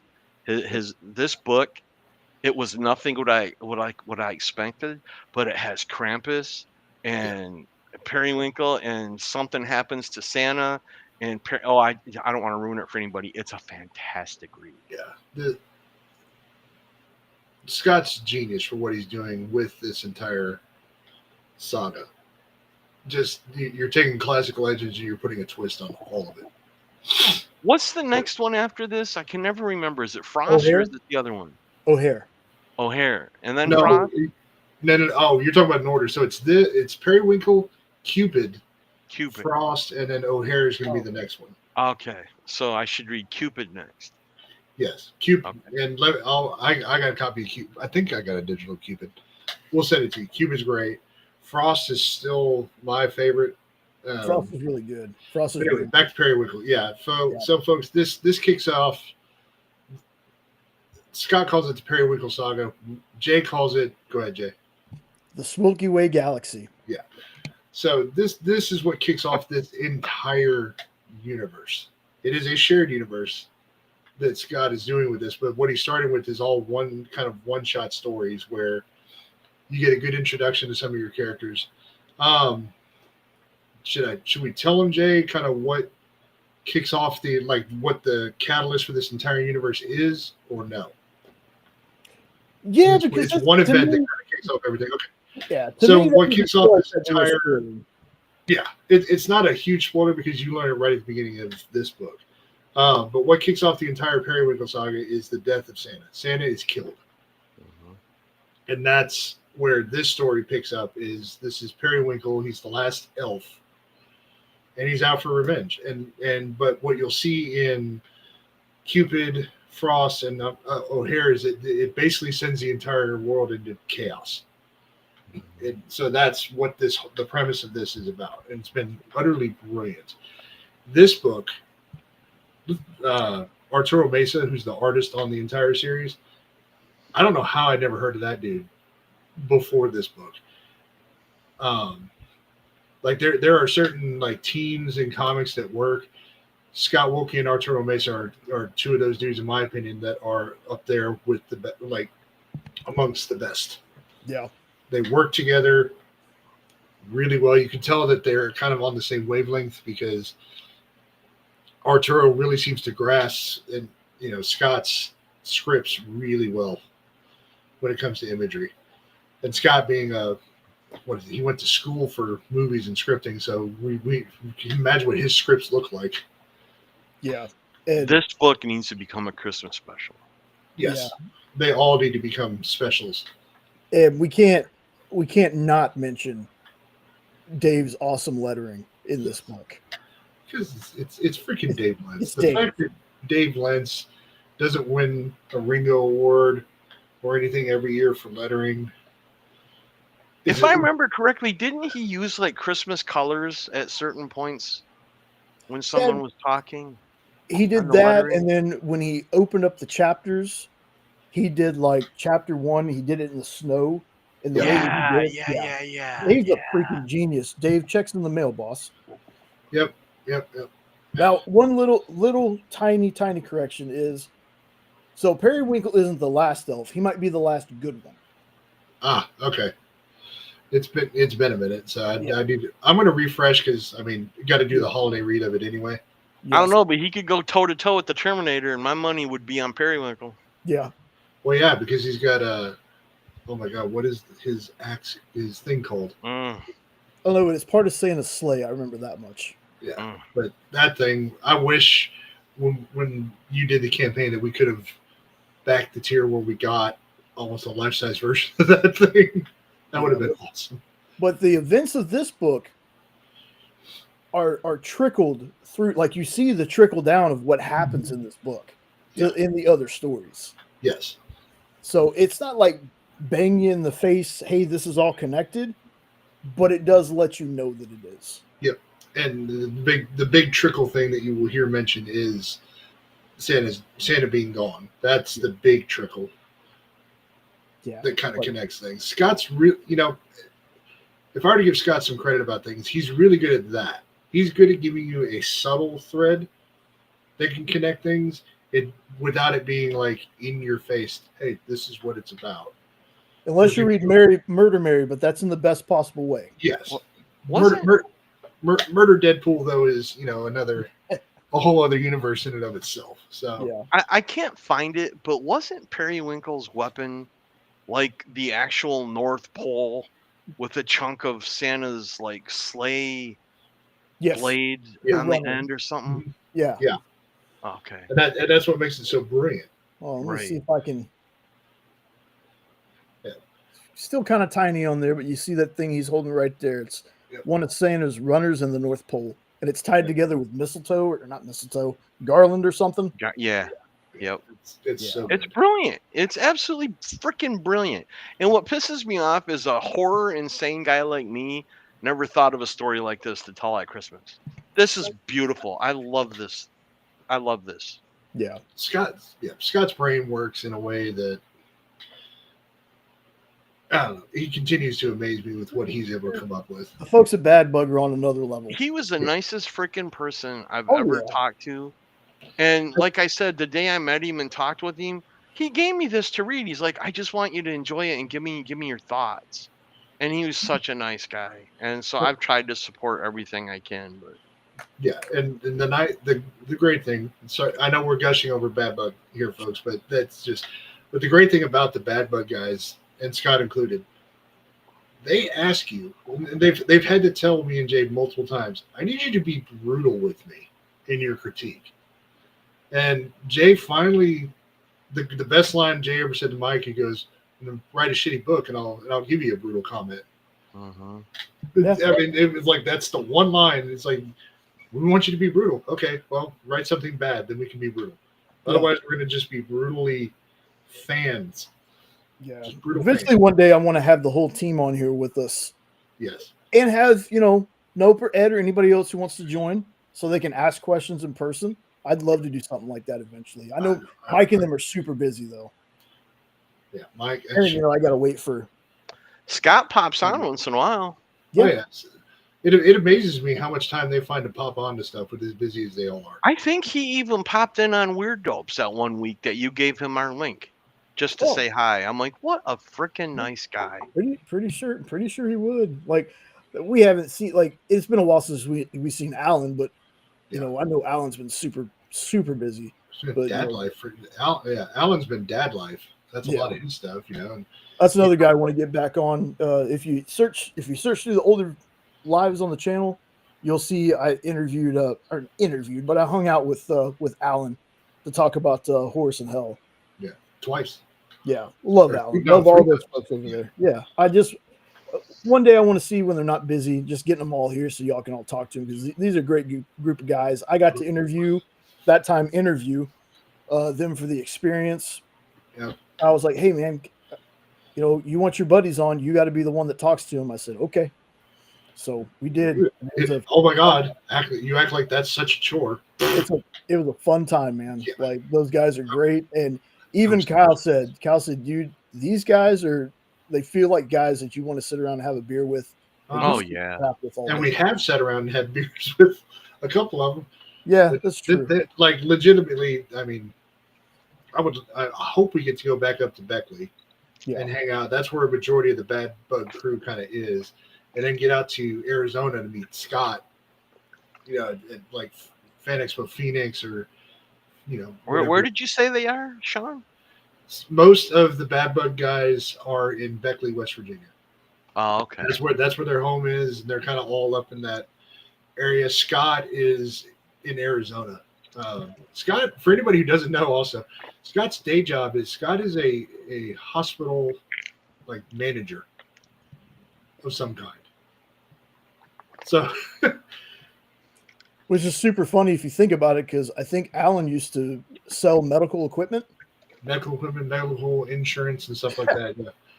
It's like it amazes me. They all have these nice big business. Mike Tiener was a business like a regional, some kind of like director for some kind of some kind of store thing, but that's what he was doing. Yeah. That's why when we went up to Beckley, we couldn't see him because he was out of town doing that. So it's interesting just getting some of their backgrounds. Hydra Silent doesn't condone stalking, folks, by the way. Weird Dopes does. No, I'm kidding. I'm talking. We're stalkers.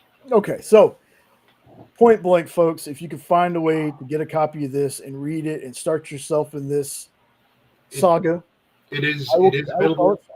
Yep, it is available on Bad Bug's website. Yes, which I do have. I want to say the link is in the description of this video.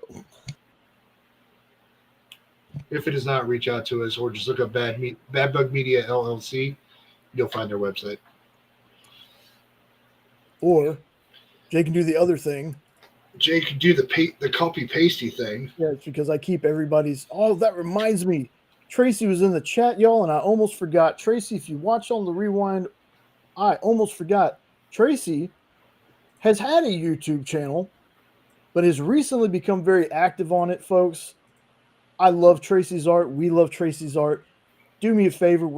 I haven't checked, but we're trying to get her to 50 subs so she can go live, so she can do her artwork live on YouTube.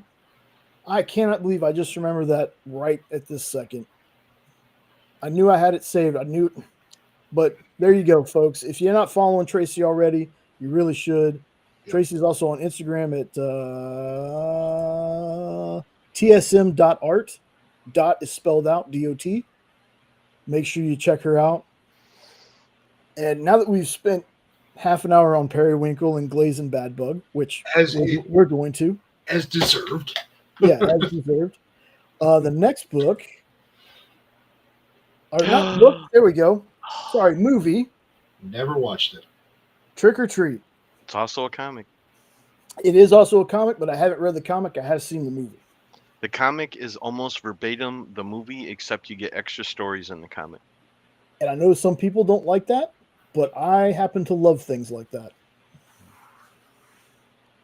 There are some people that are like, again, tangent, folks, and I'll get back to this.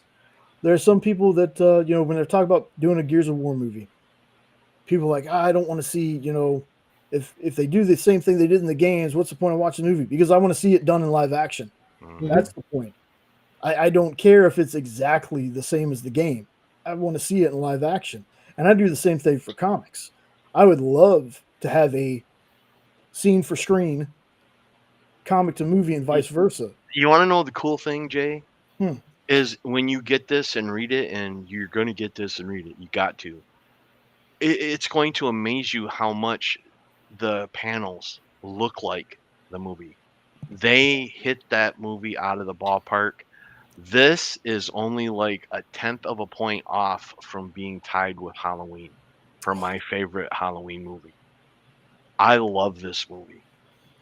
And just so you know, Volume 2 of Trick or Treat was on a Kickstarter, and it's coming in soon. So I'm hoping that gets a movie also. Yeah. This is where I differ a little bit, because movie-wise, you could ask Jay, I'm not a pure horror fan. I like horror comedies more than anything. So like Halloween for me is like Happy Death Day, and or 13 Ghosts is one that I will watch every year as well, because that's a good movie. Have you watched Tucker and Dale versus Evil yet? No. That's the one we need to get you to watch then. Okay. I think you'll have a blast with that. Jenna loved it.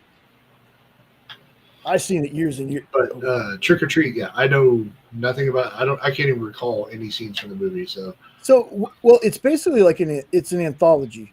Like all the stories tie together. Yep. Man, that's kind of a spoiler, though.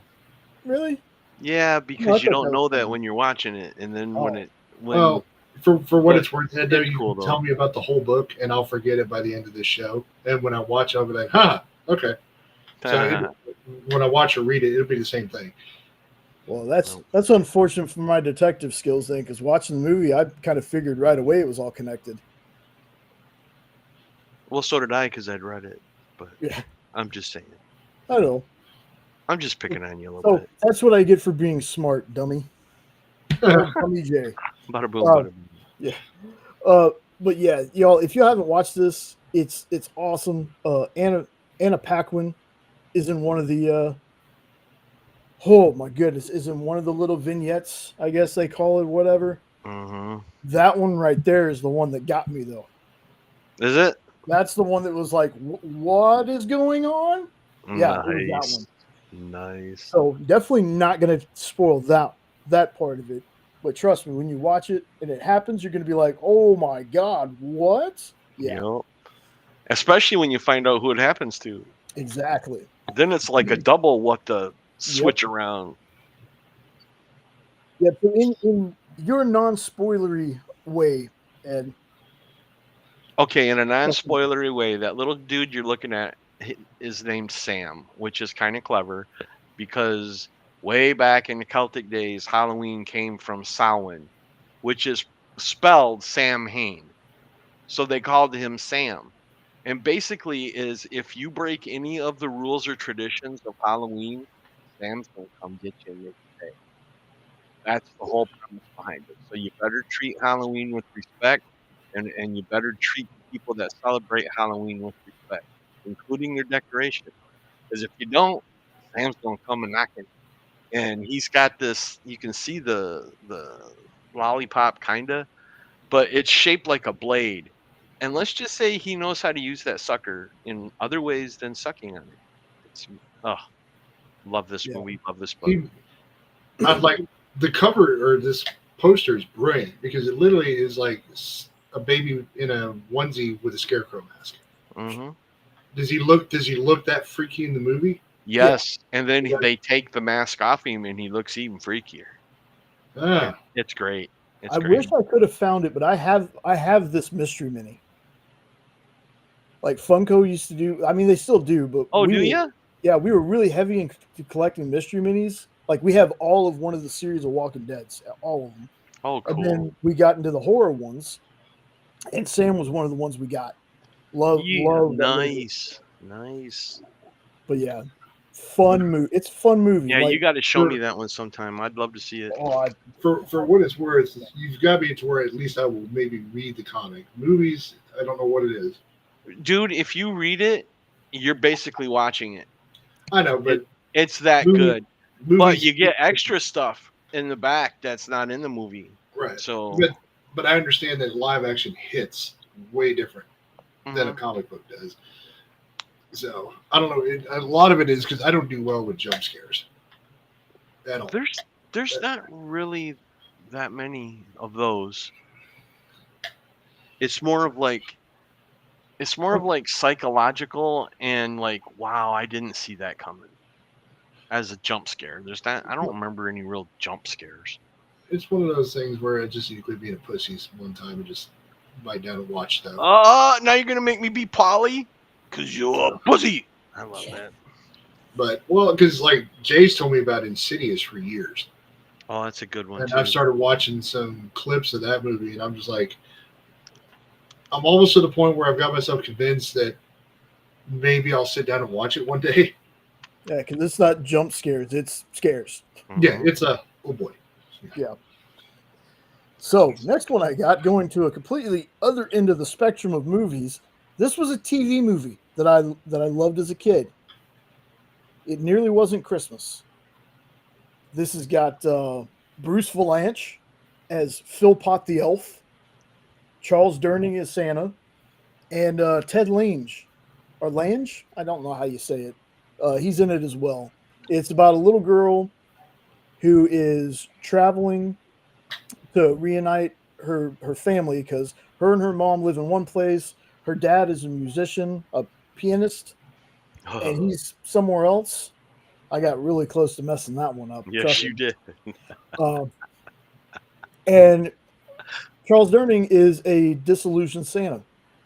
He feels like he's not needed anymore, that nobody has the Christmas spirit anymore. And it's just an adventure where she meets him and he helps her along. And along the way, obviously, rediscovers the true meaning of Christmas. And it kind of ignites his passion. I have never even heard of this movie. I'm gonna write it down though because that sounds like something my whole family would love. It is sugary saccharine goodness. Good. And like I say, the same thing with comics. I read certain comics because I read such dark comics all the time. I read those ones that are just bright, colorful, cheerful, just a palate cleanser. And this movie is a palate cleanser to some of the other movies that I watch. When is this from about? Do you know? 1989. How the hell have I never heard of it? There Wow. was this, and there was like The Night They Saved Christmas. Saw that one. Have you ever seen Christmas Comes to Willow Creek? That one? No. You got to write that down. It is fan-damtastic. Comes to Willow Creek. Christmas Comes to Willow Creek. It's one of my favorite Christmas movies, and I'm not jerking your chain. It's another one of those feel-good movies, and the two leading actors are Bo and Luke Duke reunited. Oh, let's go. Yes. Got me already. Gotta see it. You gotta see it. Got me already. The I'm two going of to say, them. when it comes to the Dukes of Hazzard, folks, at the very least, how was John Schneider not bigger? I don't know. Yeah, Oh. Tom. What is it? Tom Wom Volpat. Volpat. I can understand where he didn't translate quite as much, but John. Well, John was in quite a few movies. He's in one of my favorite tornado movies, and he was in that Superman series. Yeah, he And was in he's Smallville. actually been in a lot more things than you think. Like that. No, I know he is because he was in a. Oh. I'm probably one of the few here that there was the Bandit made for TV movies with Brian Bloom in the '90s. John Schneider played the most over the top sheriff in one of those movies and was hysterical. John has always been one of my favorite actors since I was a kid. And you know, the more that I think about it, there needs to be a Smallville rewatch, just because for two reasons. Again, tangent, folks. I saw the scene where Rascal Flatts is playing in the background, and it's Flash and Clark racing. Love that scene. One of my favorite scenes. The other one is Tom Wopat plays like a senator. Yep. And John Kent goes and gets, and I'm not exactly sure it's a Charger. Yeah, it's a Charger. Yes, it's a 68 or a 70 Charger. It's a blue one. Yes. And I've never seen that episode, but I know what you're talking about because then he slides in the other window and goes, "Yeah, I've been able to get the damn door to open since I bought it." Exactly. And that was with Tom Wopat, right? Yep. Yes, it was Tom Wopat and John Snyder. And he jumps through the window, and they're looking at each other like, "This is so familiar." Yeah, I love that. Yep. Yeah, that's love that episode. That just reminded me to go watch that. But yes, this was TV movies were a thing, folks, back in the day. Some of you might not remember them, but there was a lot of TV movies back in the day, especially Christmas ones. I'm like 2/3 reclined, and I'm not anywhere where I can type. Will you please remember to send me this? Because our family is always looking for new movies, and I'll never remember the name. Yeah. Yep, we got you. Sorry, I keep making noises too, but I'm having issues tonight. You're good. All right. You're good, bro. Now, before we go, because I know this isn't on one of our clips, but one of my favorite Halloween movies is a cartoon, and it's Scooby-Doo and the Reluctant Werewolf. Yeah. I love that movie. And the what werewolf?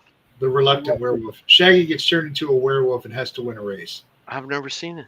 I'll check that out. Yeah, and I love Scooby-Doo. That was always one of my favorites. Yeah, always loved that movie as a kid. Dude, a lot of those Scooby-Doo movies, like the Blue Crew and the one with the all Ghoul School or something like that. Oh yeah, the Ghoul School is another really good one. But the Reluctant Werewolf, because always like cars and stuff like that. Was always something I enjoyed. The next one is kind of a given, at least for me. I own these movies. These are movies I can watch anytime. But it's the Christmas classics. Happy birthday. Santa Claus is coming to town. Rudolph the Red-Nosed Reindeer. Frosty the Snowman. I have the set because I made sure to buy them. Because when I was a kid, this is how I knew Christmas was coming.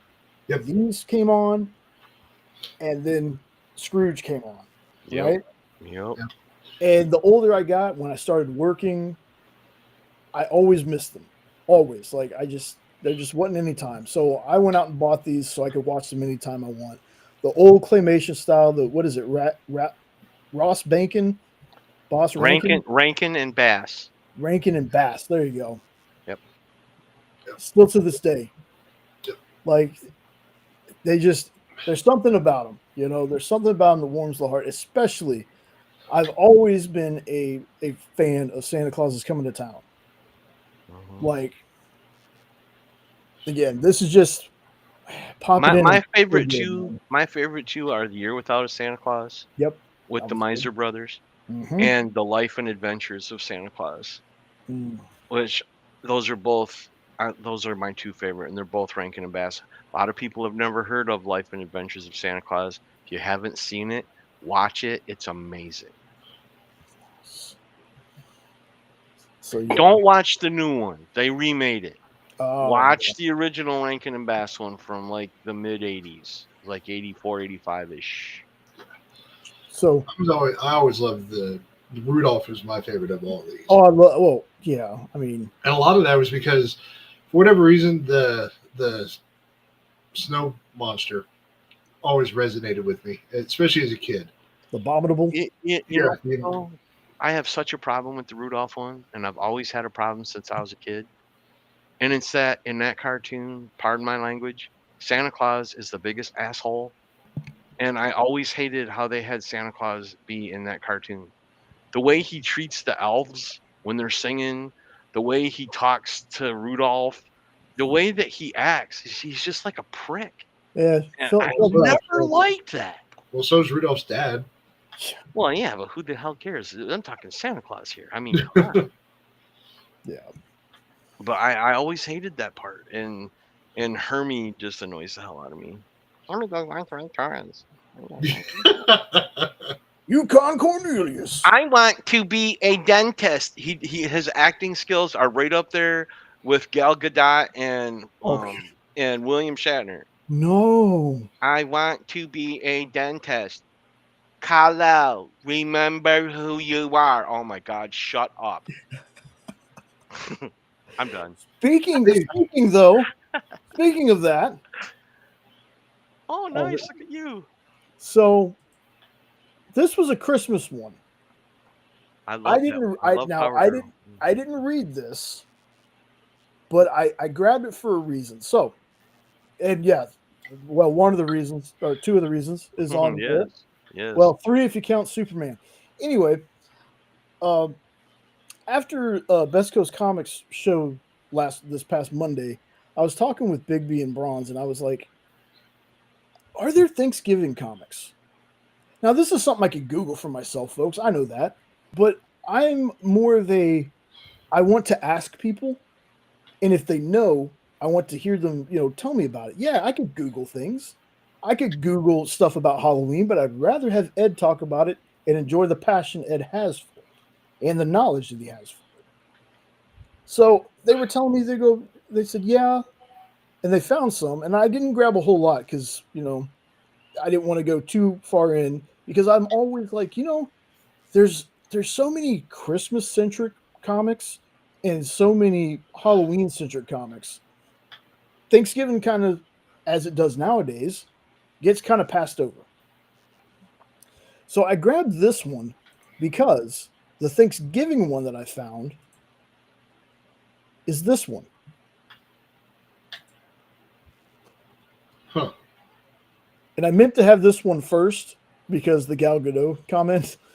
But yeah, it looks like they just used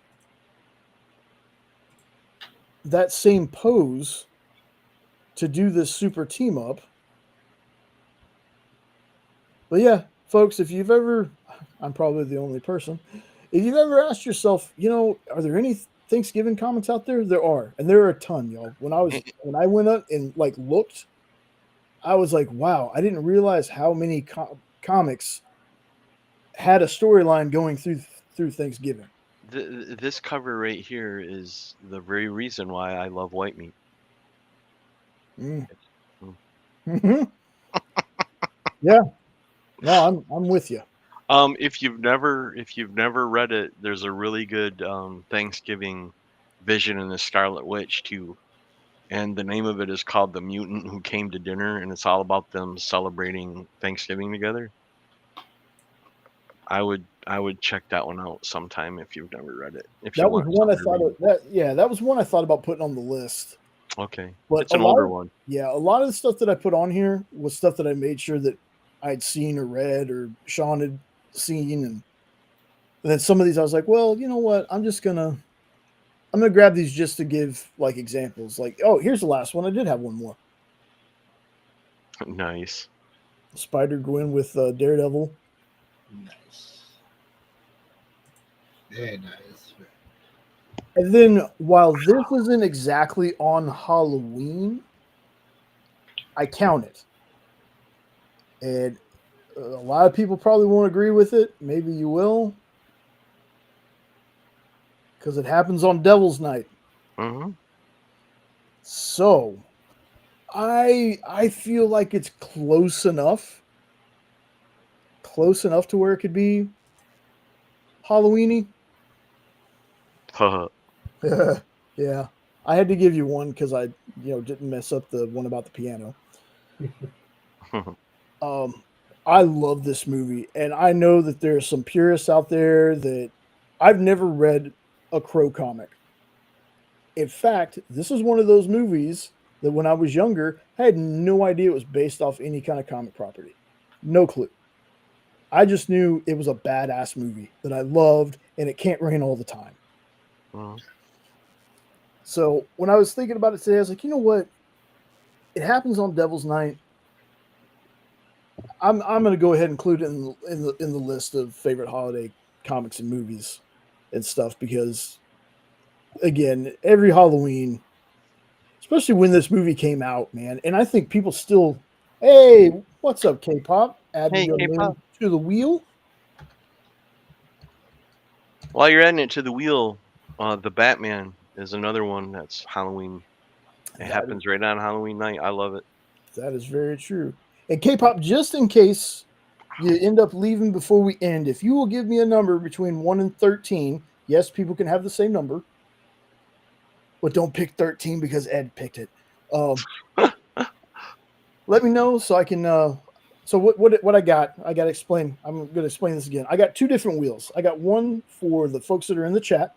If it lands on you, you give me a number. I have another wheel where I have a list of books that I've been meaning to read and just haven't gotten to it. I'm going to shuffle that list. Then whatever it lands on, that's what I'm going to read. And there's a winner's choice pick. So you can either pick anything on the list or you can give me something that's your favorite and I'll read it. And like at the end of the show tonight, 1 through 13. And I'm just kidding. You can pick 13 if you want to. And I'll Pick 14. He'll cave. And next week I'll review it. Like at the end of the show today, I'm gonna do my kind of little review on Firepower because that was the pick last week. It's something new we tried. Keeps me accountable for reading my list of books that I keep putting off.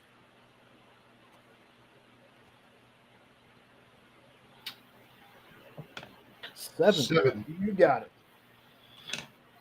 Lucky 7. Oh. Very nice.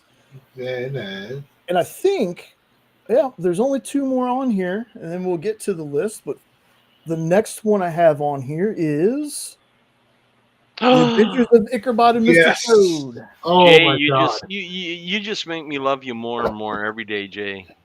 This is the best Sleepy Hollow telling without a doubt. of all time. Like I said about Scrooge, y'all, I love Sleepy Hollow.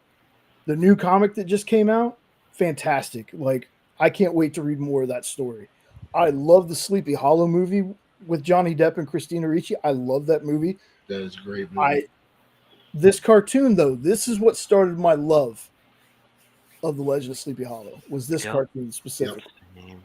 And there's some other cartoons from back in the day. Like, there's one where an ape gets loose and goes to where Donald Duck and the nephews are. And, the nephew's been playing tricks on Uncle Donald the whole time. Now it's like the ape, and the ape scares him. Like, it's an old cartoon, but really, really awesome. Believe it or not, the first time I saw this, it was played as like a filler in between movies at the drive-in theater.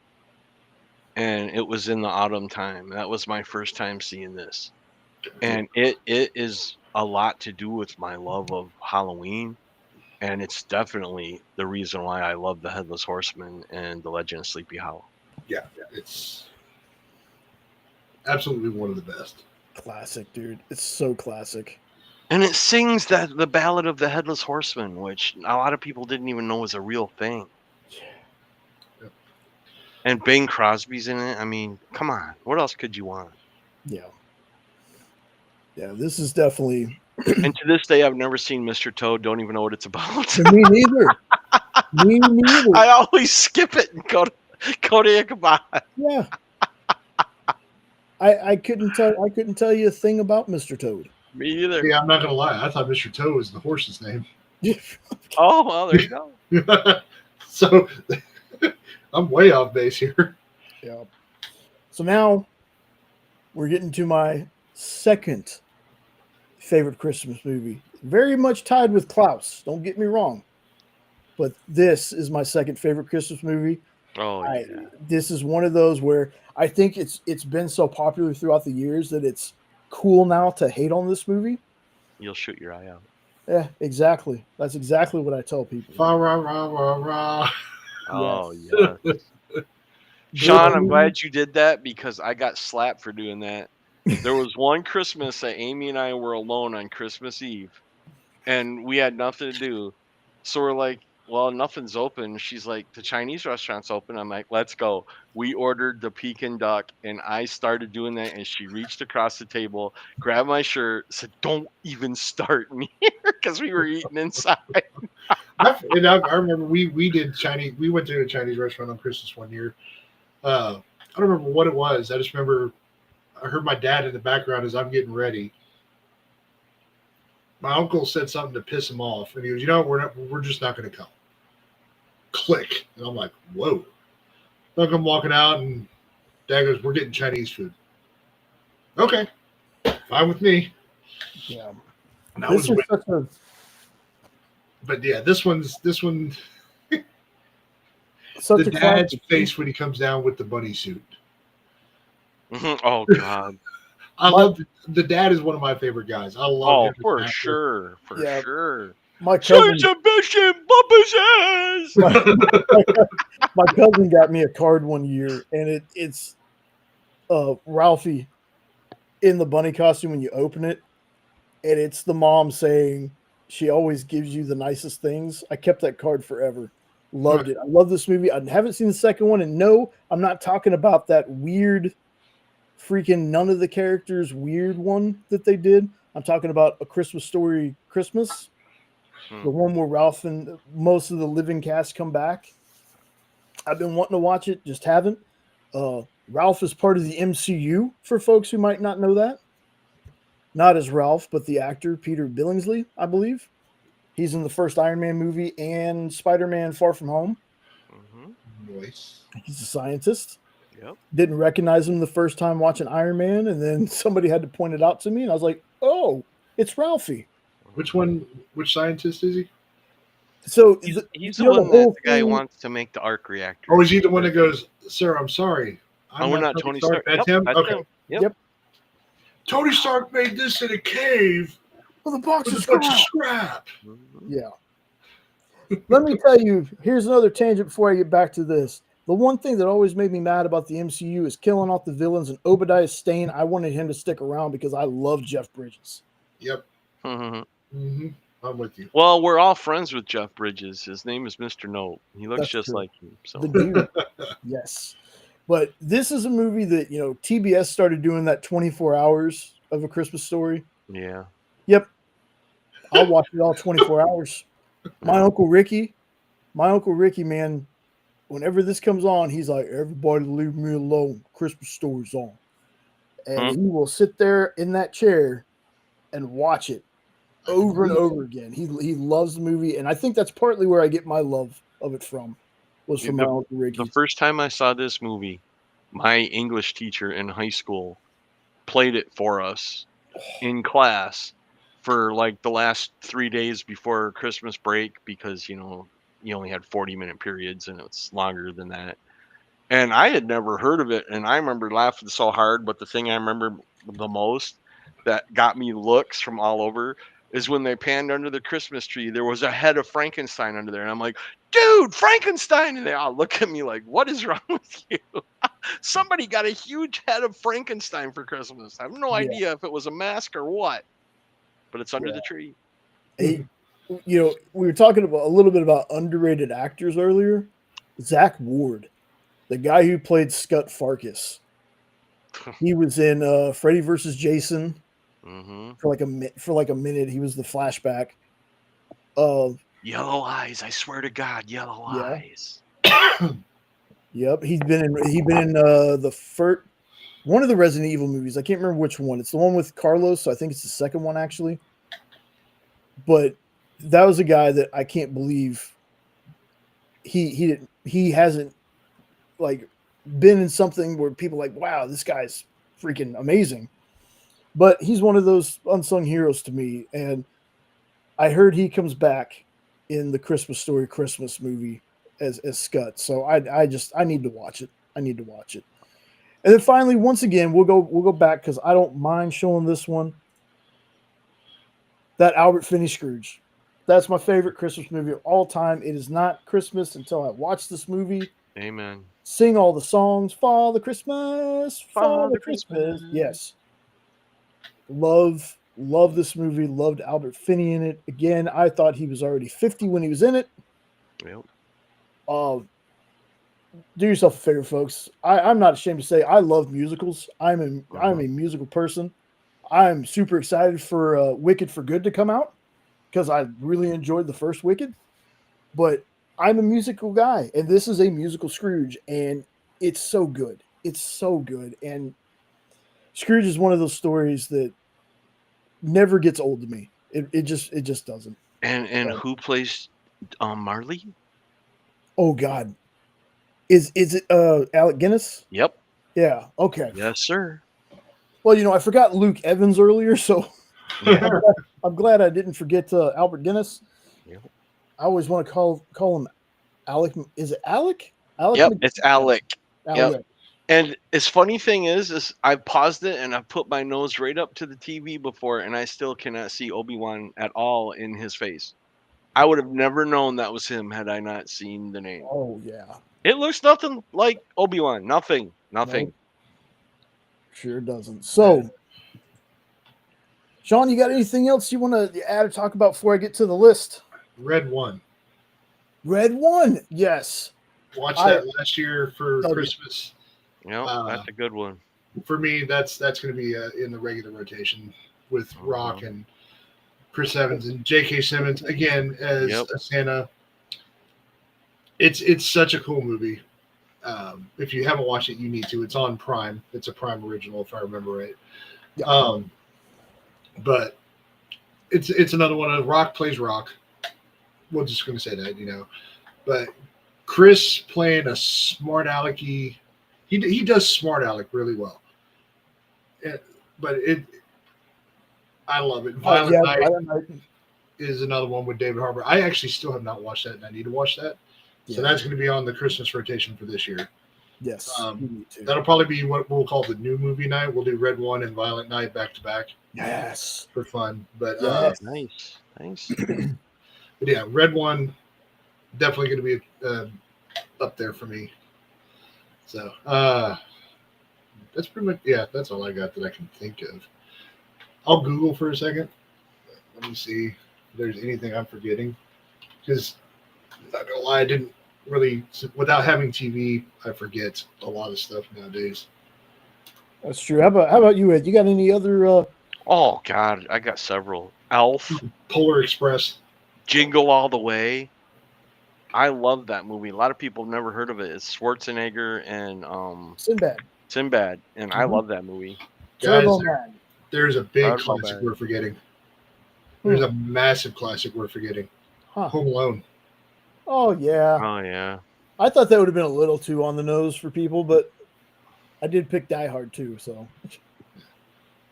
Nightmare Before Christmas. If Jenna was here watching, she would be ashamed. I would. Miracle on 34th Street is actually a Thanksgiving and Christmas movie. That's true. That's no lie. No lie detected there. The Ref. Okay, I've heard of that one. Yeah. But y'all, you need to watch Fat Man. You got to watch Fat Man. Yeah. It's funny. Apparently, Gremlins is classified as a for sure Christmas movie. I watch Gremlins for Christmas, and that's another one I get the look from my wife from. Like I said at the beginning, I put a bunch of stuff in here, but I knew I wasn't going to be able to put everything. Oh yeah, for sure. So. Now we had there was a good variety of stuff, but I feel like Red One and Violent Night are a couple that can be added to the classics thing. Home Alone, I loved it when I was younger. I haven't Yeah. watched it in a long time because I got a little tired of it. For Mm-hmm. whatever reason, it was one of those movies that I got tired of. I feel like maybe now if I went and revisit and rewatched it, I might be able to enjoy it again because it's been long enough. I think that may be why I didn't mention it earlier in the show because it took Googling it to figure it out because it's like it was funny for its time. The video game was pretty good. The dogs. There was a video game? I Yeah, didn't know that. there was a video game on Sega. It was actually quite fun. You had to go around to various houses throughout the neighborhood, and you had to collect and booby trap the houses to keep the bandits from actually robbing them. Cool. I did not know that. If you could do a good enough job with it, the idea is if you can get out ahead of them and get the house completely done up before they get in there, because then you don't have to try to fight them to get out. Nice. But yeah, but you'd always know if they got the house because, of course, you'd hear the noise like a water thing would go. The wet bandits. But it's not, like you'd hear a water sound and you see the house turn blue, so it's been robbed. That's funny. But that was the whole premise of that thing. But yeah, all right, Jay, the list. All right, so folks, been doing this. This will be the second week I've done it. Okay, that's why. Third. Okay, this is the third. Because I got Lorena's pick, and we were hoping she'd get mine last week. Well, okay, then technically though, this is the second one I've done because I'm doing the little review. Oh, you're doing the review. Okay. Yeah, I'm doing the little review like I did with you're doing the review. The Speed and Bullets one. So, folks, what are we talking about? Well, this is a book that is on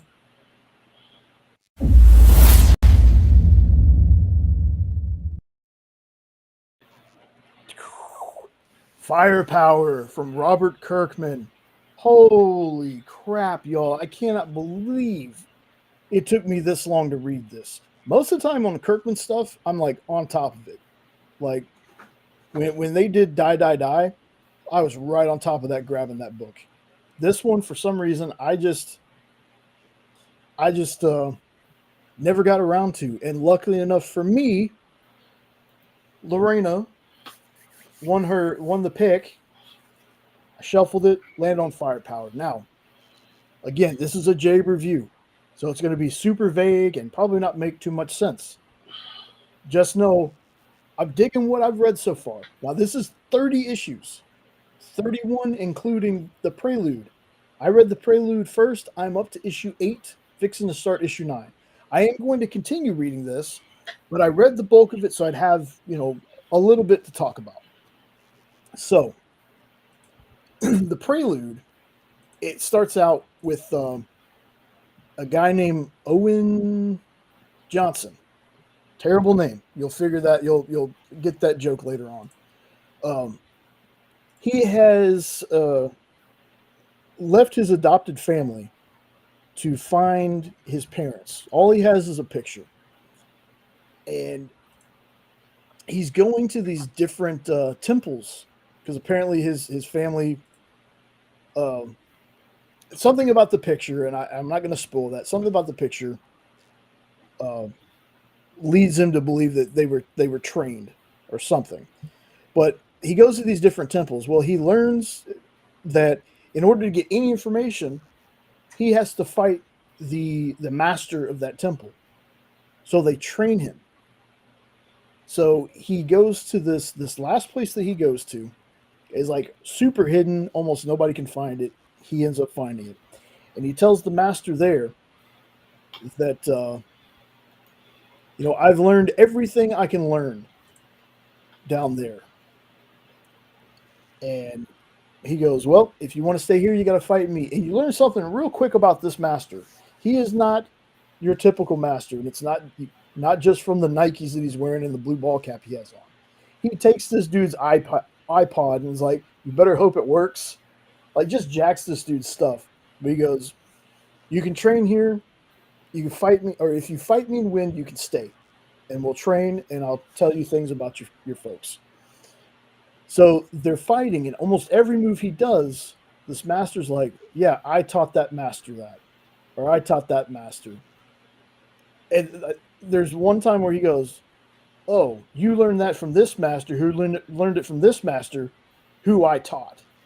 Like this dude's savage. He really is. And well, Owen ends up winning. So he gets to stay.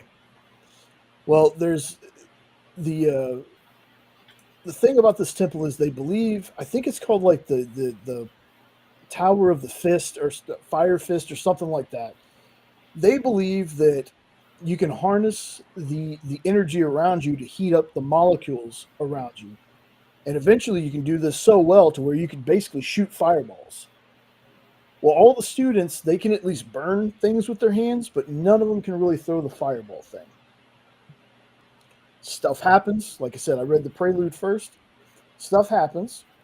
We fast forward to Owen has left this temple. He has a family, and his wife knows about his past life. So it's like he's not hiding any secret from his wife or anything. But their kids don't know. And people from this temple come back to try to get Owen to help them with something. They won't tell him what it is.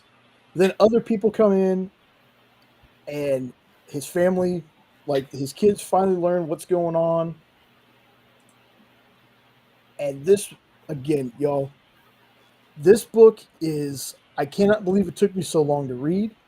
The action is great. The family dynamic is great. There's obviously humor in the book, and the humor lands. If you're a Robert Kirkman fan and you have not checked this out yet, you really should. 100%. Like, I am a Kirkman nut. There's nothing that Kirkman has done where I haven't enjoyed it. Walking Dead, Invincible, Die, Die, Die, Skinbreaker, the new comic that they're using right now with David Finch. Like, this was no exception. I had such a good time with those 8 issues I read. That was the 2 days that I was reading. Like, I haven't had time to read anymore. But I read, and I know for a lot of people, 8 issues in 2 days is about time. Well, it's not like I spent 48 hours reading. You're sounding muffled. Oh, I am? That's probably putting my hands in front of the mic. There we go. Back to normal. Yeah. Like, I can't wait to continue this one. And I am going to continue it. Like, I'm not just going to stop just because we got to this part of the show. I mean, I'll read just because, of fireball throwing martial arts. Yeah. You know me, I'm a sucker for a good martial arts action story. Yeah. But I mean, the master talks about listening to Depeche Mode and other bands. Like, it doesn't feel like your typical, when you meet the wise man, he's old and full of wisdom, and he has that, but he's definitely got a flair to him. So this is from Image. It's funny. I look at the image of that guy, and if I were to get somebody to try and play him in real life right now, I see Mark Dacascos playing the master. Yeah. I could definitely see that. I could see someone like Simu Lee playing Owen. Yep. Boy, you're welcome, Robert. We just cast your movie for you. There you go. This is a property, though, that, like, you don't have to read the prelude first. It's just that's the reading order that I got. Because you can read just issue 1, and then at whatever point you feel like, you could probably go back and read the prelude, and it still makes sense. But man, this is such a good story so far. Like I said, 8 issues in. Fantastic. I cannot believe, and I said this about Superman Speeding Bullets as well. I cannot believe it took me so long to finally be like, you know what? I'm gonna give this a shot. And I'm glad now, like, I have this little section at the end of the shows where I'm like, this is what I'm doing. So I'm holding myself accountable to make sure that I talk about these books. There's 2 different factions going after each other, and it's one of those, you think you know what's going on, you think you know who the bad guys and the good guys are, and it's very tricky. It's very much kind of like how in Invincible, there are villains who are actually good, heroes that are bad, heroes that are good but go bad that go back to like it's very intricate storytelling. And all these people have personalities and again, there might be a dragon. There's a bunch of cool stuff happening in this story. I can't wait to finish this one. And when I do finish it, I will probably just mention, "Hey, I finished it and this thing held up all the way through." Or, maybe it got a little bit lean cuz it's 30 issues. Like I said, 31 including the prelude. So we'll see. And sometimes it's tough to keep every single issue of a story. Everything is a banger. Eventually in some stories you got those filler issues, and they might have this, but I'm going to give my overall thoughts of this one once I'm done with the series. Like I said, y'all, the one shots are a bit easier for me to get the whole thing done. Uh, some of the stuff I have on my list is 60 plus issues. There's no way I'm reading all that in a week. Though there's no time. So if this is a story that you've been interested to read and you just haven't yet, I highly encourage you to give the first couple issues a try. If this is one that you hadn't even heard of, check it out. Yeah, that would be me. Never heard of it. Mystical martial arts action, dude. It's good, man, and it's the way that it's done is just like you read a lot of stories where people with these kind of pasts, unless their significant other was directly involved with them, they usually hide that from their whole family. This one is, quite honestly, his wife knows. It's the kids that didn't know. I don't know why, but that cover has a Johnny Quest feel to it. It does a little bit. I'm not sure who did the cover art for this one. This was Chris Samney who did the cover.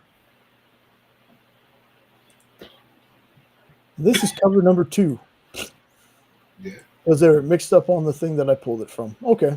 Well, whatever. You get the point, though. Yeah. Very nice. Very nice. So, yeah, that's Firepower. And hopefully, since Sean will be with me next week, he might be able to, read and give his thoughts on whatever is getting picked next. And speaking of that, you just made the list. Pretty much. Speaking of that, I'm going to go ahead and I'm going to roll, see who's going to get the next pick of what we do. Let me find the right. There we go. I'm going to take. No, that didn't work. What happened there? Oh, because you got to do this, smart guy.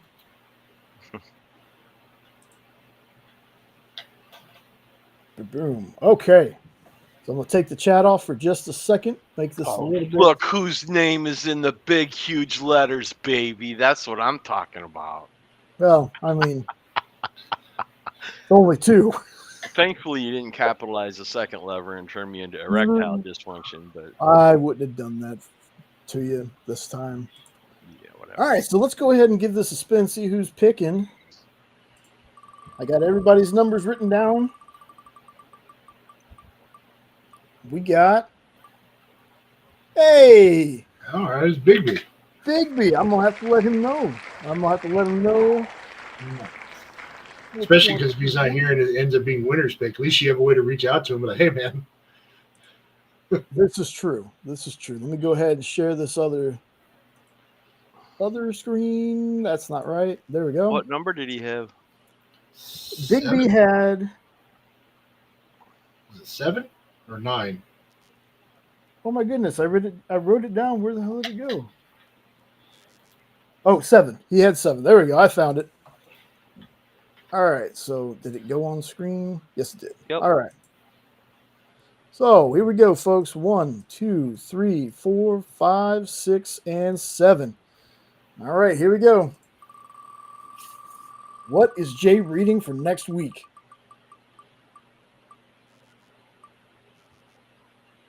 Oh, nice. Skimply. I think you'll like that one. Very, very cool. Now I'm going to take it off the list. Like I said, I think I'm going to wait till we get to the last maybe 2, and then I'll add more stuff to the list. This way I can make sure I'm not, I add something new to the list, and the next thing you know, it keeps getting picked and we don't cut the list down at all. Did you just like So the good come up news with is, this list, or did you have people recommending things to you, or how did you? This is a list of stuff that has been on my list to read. Oh, okay. And I have so much more, folks. Finding new stuff every day. so Skin Police Volume 1 is only 4 issues. Awesome. It's a great read too, but it's a little unsettling. Hey, man, I can do unsettling. It's good shit, man. You'll like it. I really think you'll like it. Yeah, I've already found it. So we're good to go. Okay. So we'll see how many issues I can read along with the other stuff that we're going to suggest for next week. We can give that a little bit of a try and see how it goes. I'm going to tell Bigby right now. So. I will get that read, and I will have Sean. And y'all will notice next week, y'all, when Sean's reviews are bread and butter for me. Like they were the bread and butter when he did them for the channel. So Sean can review a book. Jay's more like, ooh, pretty colors. Sean can do a review. So you'll have me saying. Problem is Sean can't shut up and not keep it non-spoilery. I have a very hard time with that.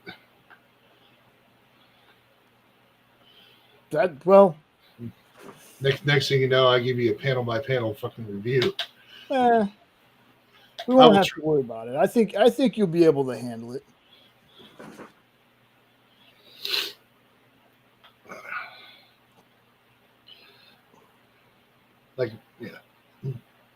Like I could have gone more into depth about Periwinkle. We gushed over it for 45 minutes, but but all right. So that's 4 issues of that, and then Ed, you got a. I'll open it up since you're here. You got a book you want to throw in for the two of us to do for next week? Oh, absolutely. Jay would already knows what it would be. Paper Girls. Paper Girls? Okay. Yep. Because next week, just for anybody who knows, it doesn't have to be. They won't all be new series, like brand new series that are going on. A couple of them might be. But otherwise, yeah, next week will be kind of a little bit of new. Is that cheating though? Since you have that on the wheel already, though, Jay, should I give you something else? Or is that okay? For what? Paper Girls. I'm totally lost, guys. I was doing something else. Sean asked if there was a book I wanted to add for you guys to read to review next week, and I said Paper Girls, but that's on your wheel. So would you rather I pick something else? I would rather you pick something else. Okay. I'll get back with you then. Let me think a minute. Just think about it. It's one of the, because I got to remember that although I say that, reviewing books will be a little easier because we're not going to be time constrained to an hour when we do this. Because I remember a few times that I was fortunate enough to be on in stores this week, sometimes trying to get through all the books. I'll tell you what, Sean, just for you, Spider-Man versus Predator. Spider-Man versus Predator. Okay. And I have that if you want to hold the actual copy. Okay. Cool. So we can do. Okay, so that'll be one of the books because that's fair because it's a short read. Okay. It's a good read though. We can do that because again, like when I say it's going to be in stores this week style, folks, we're both going to read all the books and we're both going to talk about them. It's not going to be I've got these 3 to talk about. He's got these 3. We're going to be doing a community discussion because again, I always find those to be some of the best kind of comic reviews where you get multiple opinions. I remember watching in stores this week where I don't know how many times it could be Jay might have been the only one that liked something and Kyle and Dan were like, no, or when Kyle and Dan were on the opposite ends of something and they would get going, that was my favorite show on the EXP. I loved that show. There was great chemistry between the 3 and then sometimes 4. Yeah. But it was it was because it it was just because it allowed it to be more of a community thing. Mm-hmm. So Yeah. Plus, you get differing opinions on books because I think most people would say that if the three of us liked a book and they went out and got it, they were like, okay, Yeah. if all three of them liked it, there's got to be something to it because that's what happened with Where Monsters Lie. and then there were other people that relied on certain, like, I don't know how many people you had that were like, well, if Jay likes it, I'm gonna go check it out. Like Castle was a big proponent about that one. Oh, okay. Well, Jay's saying it's good. Jay would say this is an ed book, and I always appreciated that. This is an ed book. Thank you. Yep. Writing it down. Yep. Yeah. And I don't know how many, and he was never wrong about it. So No, it'll be it'll be fun to revisit that. if it wasn't for Jay and that show, I would have probably missed Where Monsters Lie and Harrower. I'd have probably missed them both. Those were and are still two of the best series. I Oh, never by read far. I never watched. I never read the Horror's follow-up. Was there a volume 2? No, not yet. Not There yet. was not yet. Okay, I thought there was for some reason. But We got the fingers crossed, but not yet. Yeah, not yet. And yeah, Where Monsters Lie, though. Yeah, The final part of Where Monsters Lie actually the was on Kickstarter. Kickstarter, so it might actually be even more intense, which is awesome. yeah, we got it coming. Oh yeah. but yeah.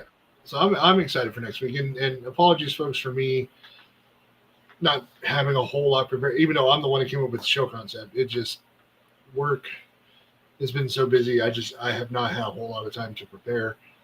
So this week I will have a whole day even beforehand to do my reading because I'll be off Friday, so I won't come in just cold off working. You're too hard on yourself, brother. You did great. No, he's a butthole. I mean, that's what you get for working. All right. Well, I never thought I'd say this, but if he's a butthole, he's a lovable butthole. I don't know what that means, but Oh, same way calling somebody a lovable prick. well, I've always loved my. Never mind. Well, my own, yes. But yeah, I'm like next week though. When you see me actually being able to have a little bit more time to prepare, Yeah. then you'll actually probably ask me to shut up. Dude, people, look, here's what I tell people all the time. I know that mostly people see me. I'm not the only one here. There are There's three of us. And extending, there's actually two more of us. And who am I talking about? The two more of us? Well, I want to say that I lost the slide that has them on it because I used the wrong thing to share my screen. But Weirdos, you see the logo right there, folks. Weirdos. Those are the safe to say. extended. Is it safe to say we're Hydra? There you go. Eh, Or Yeah. hydrodopes. Hydrodopes makes that sound like a Hydrodopes probably works better. That makes it sound like a completely different channel, though. So yes, y'all, I've said it before. I will say it again. I will continue saying it. That is the extended part of Hydra Asylum. Just like I would hope that we are the extended part of Weirdos. Of course This you is are. one big freaking team. I can rely on these guys all the time. When it's when Sean can't be here, and again, that's not Sean's fault. Nobody faults him. But make sure y'all. According to Kyle, it is my fault. No, because you don't exist. Oh, that's right. So technically, it's my fault for not having you exist at home. Okay. Like making you have a job. Apparently, that's like, well, I joke about it all the time. I'm like, yeah, I am part of Hydra Asylum, but I'm like, Hydra Hangout is basically Jay and the Weirdos, and I'm a guest host at least once a month. Not a guest. Things happen, but y'all, seriously, check out Weirdos. I'm gonna glaze that a little bit here. I don't care. Y'all, they have done in what 6 months? 5. 5 months. Yep. What it took Sean and I 3 years to do, maybe a little more. They're already almost at 150 subs. They've got some killer shorts. I mean, astronomical numbers on some of their vids, man. like for being so new. They are kicking so much ass. And I don't say that to be like, well, I'm jealous. No, I'm not jealous. I'm freaking excited. I'm happy. I think I watch their numbers as much as they do, which is kind of weird. But it's just I'm so excited for them. We are so excited for them. They're doing such a fantastic job, y'all. Like these guys are going to be once they hit that stride. Once they hit that stride, like however we did, whatever we did, other than changing the channel name, they're going to blow up. I feel like they are. And I don't just say that because they're friends and they're brothers. I say that because the stuff they put out is kind of unlike other channels. Yep. I don't see too many channels doing the stuff that they're doing. So I am so excited. Get on the ground floor, folks. Be part of that weirdo army. Like I watch their stuff. I don't just say that. I literally watch, like, and I comment on everything they put out. And it's all been so good. Like the Mariah Carey one.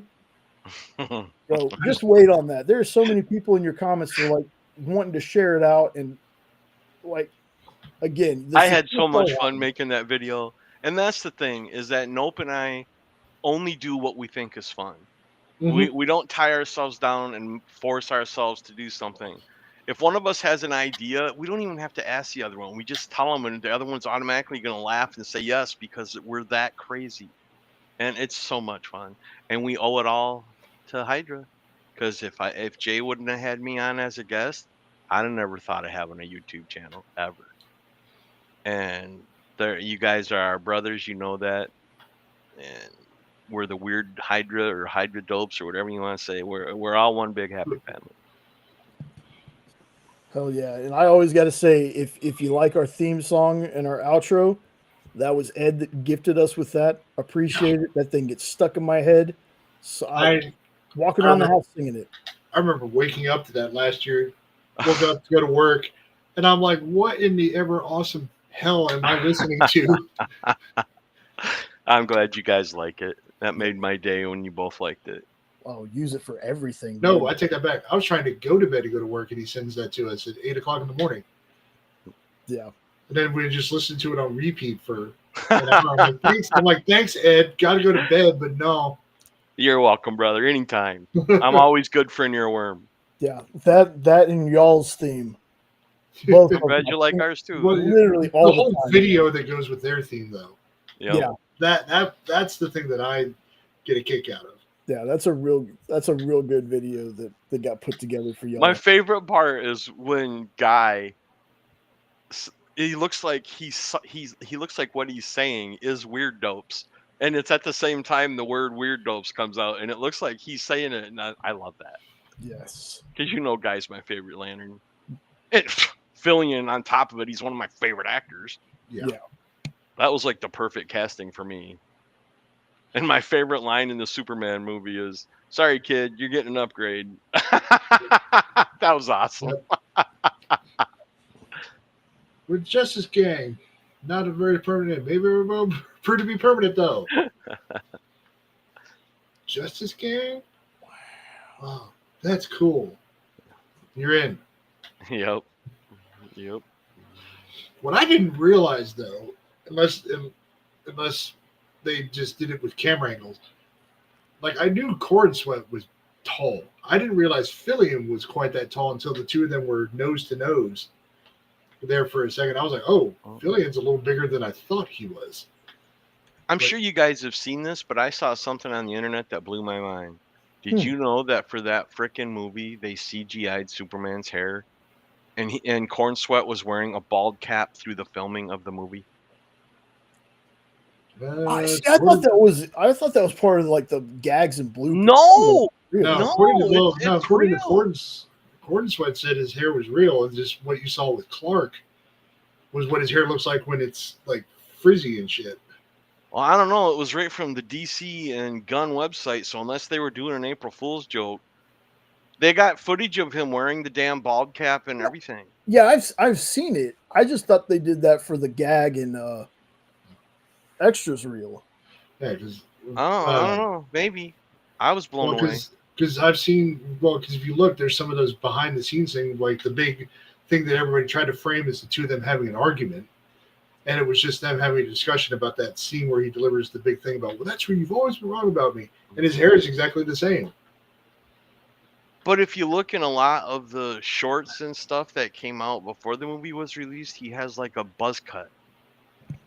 Well, Well, yeah, yeah, he did that Wow. after because of what he was filming, if I remember right. Well, you know, it was online, so it's got to be true. We'll just Yeah, go ahead.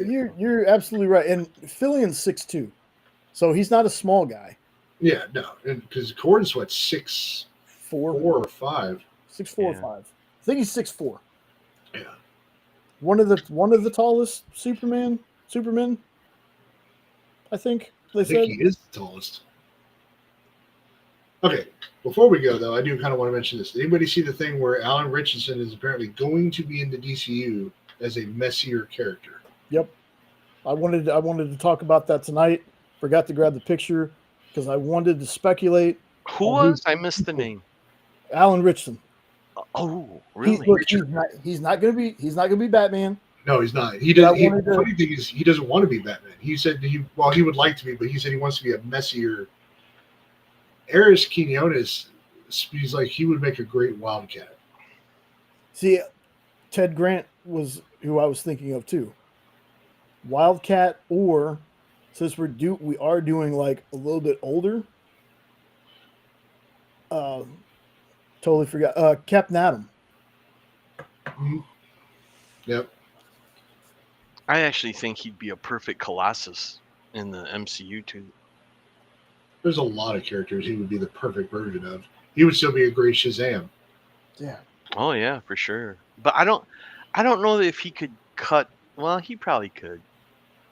The dumb humor part, I don't know how he'd do it. Bro, you gotta watch Kind of Blue has Mountain that State. stale humor on Reacher too. You gotta watch Blue Mountain State and see his Thad Castle. You can understand Okay. why he was Okay. Dude. Just Google some clips of Thad Castle.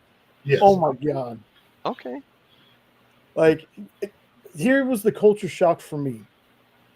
When I first watched Blue Mountain State and saw him, I was coming off of just seeing him as AC, Arthur Curry in Smallville, seeing that serious version of his Aquaman, like night and freaking day.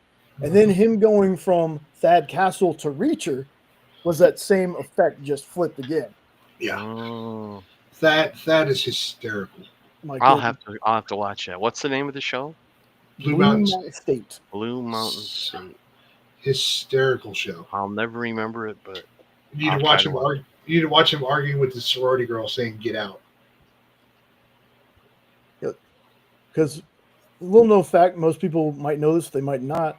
First time I ever saw him outside of Smallville, he was a contestant on America's Got Talent.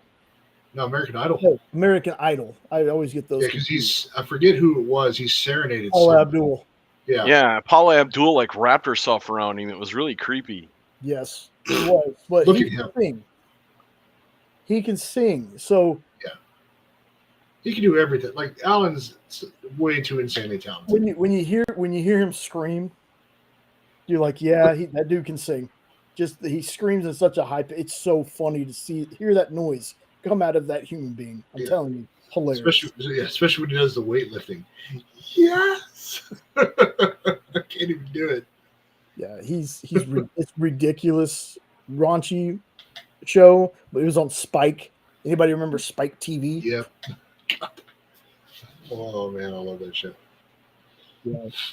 I want Richardson to play a superhero. Like he's played 2 of them already. Yep. So yeah, Reacher counts. He's a superhero. Reacher is a superhero because that humans shouldn't be alive. Yeah, I'm all for it, man. Yep. 100%. 100%. I just want. I still think that it's a big loss, though, not having him be Batman. He was built to be Batman. I'm always going to be bummed that he's not Batman. I will say this: the guy that everybody has been speculating, Sklenar. I've watched a little bit of 1928. I've seen the guy and heard him talk. the more I've seen of him, the more I'm like, he could do a good Batman. Plus, he's got a really good deep voice. He's not the only one they're speculating on now, though. True, but he was like the big one. I'm like, who is this guy? So finally, I kind of started watching some of 1928 or 23 or whatever, freaking Yeah, one of those spinoffs. and he's kind of. I'm like, okay, I can see his Batman in there a little bit, or even crazier, he could make a really good Red Hood just because of how kind of wild he. Well, he was really wild. He was fairly disciplined, but his ability to kill with guns in that show, like if anybody who's watched the regular Yellowstone, he's most akin to Casey Dutton in the newer Yellowstone in terms of how the two of them are. He's the badass of the family. Yeah. What would you all think about Glenn Powell Batman? I don't see Glenn Powell as Batman. I still don't see him. No. I love think Glenn he'd be Powell. a perfect James Bond though. No, But I don't think they'll ever have an American James Bond. I don't even like him as James Bond either. And I'm and this is coming from a Glenn Powell fan. Honestly, if Glenn Powell was going to play anybody in the DCU, I would put him more as Riddler, or a villain or something. See, I had him pegged for until we found the ages. I had him pegged for Hal Jordan and Booster Gold, one of the two. Because he's got that comedic effect. Oh, we still don't know. Yeah, the first thing I ever saw him on was Scream Queens, so I know the guy's funny. Yeah. But again, we still don't know who Booster Gold actually is. They kept saying that it was Kumail. I still don't see a confirmation of that anywhere, so I don't think that's who's playing Booster. See, y'all are calling off characters. I don't even know who they are now. Yeah, Booster Gold was a character from the future who was kind of a loser in his time and stole some high-tech stuff and traveled back to the past. He's like the first sponsored superhero or something like that, but he uses tech from the future to be a hero. He actually, you find out, he's actually the son of Rip Hunter, who people might know that name if they watch Legends of Tomorrow. Yeah, I remember that. Yeah, like I want Gunn to do the main characters, of course. I really do. Yeah. I don't want the whole backlog to be. I don't want the whole movie log to be nothing but, hey, here's Superman, here's Supergirl, and then a ton of characters nobody's ever heard of. But I would like him to kind of dive into the lesser known characters that should have by now. The fact that Deadman hasn't been in anything live action shocks me. Etrigan not being in anything live action, like it just feels like they never got into that part of the universe, though. Yeah, I want a Dr. Fate solo movie, dude. After seeing him in Black Adam, I was like, oh my god, I want the whole team to get a freaking movie. I still maintain that for me, Pierce Brosnan's Dr. Fate stole the show. He was so good. Like that was not on my bingo card to have Pierce Brosnan as a superhero, other than Bond. Yeah. Oh, right. The last thing I want to say is, because I forgot to talk about this at the beginning when I was talking about stuff I watched, Jenna and I started watching the, I want to say it's called the Three Flavors Cornetto trilogy, which is Shaun of the Dead, Hot Fuzz, and then when she gets back, we're going to watch The World's End. Like that's another like little movie watch we went on, was watching those three movies. They're not really connected at all. They're just called the trilogy for some reason. So we've been watching that. When she gets back, we're going to be watching Derry. First 2 episodes of Derry were amazing. I cannot wait to see. Did you see Stephen King? Mm-mm. He came out with a quote, and he said that the rest of season 1 is going to be scarier than hell itself.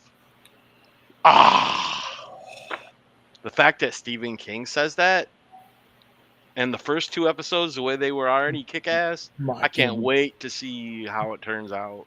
Yes. And we're going to be watching it week to week. I know. I hate that.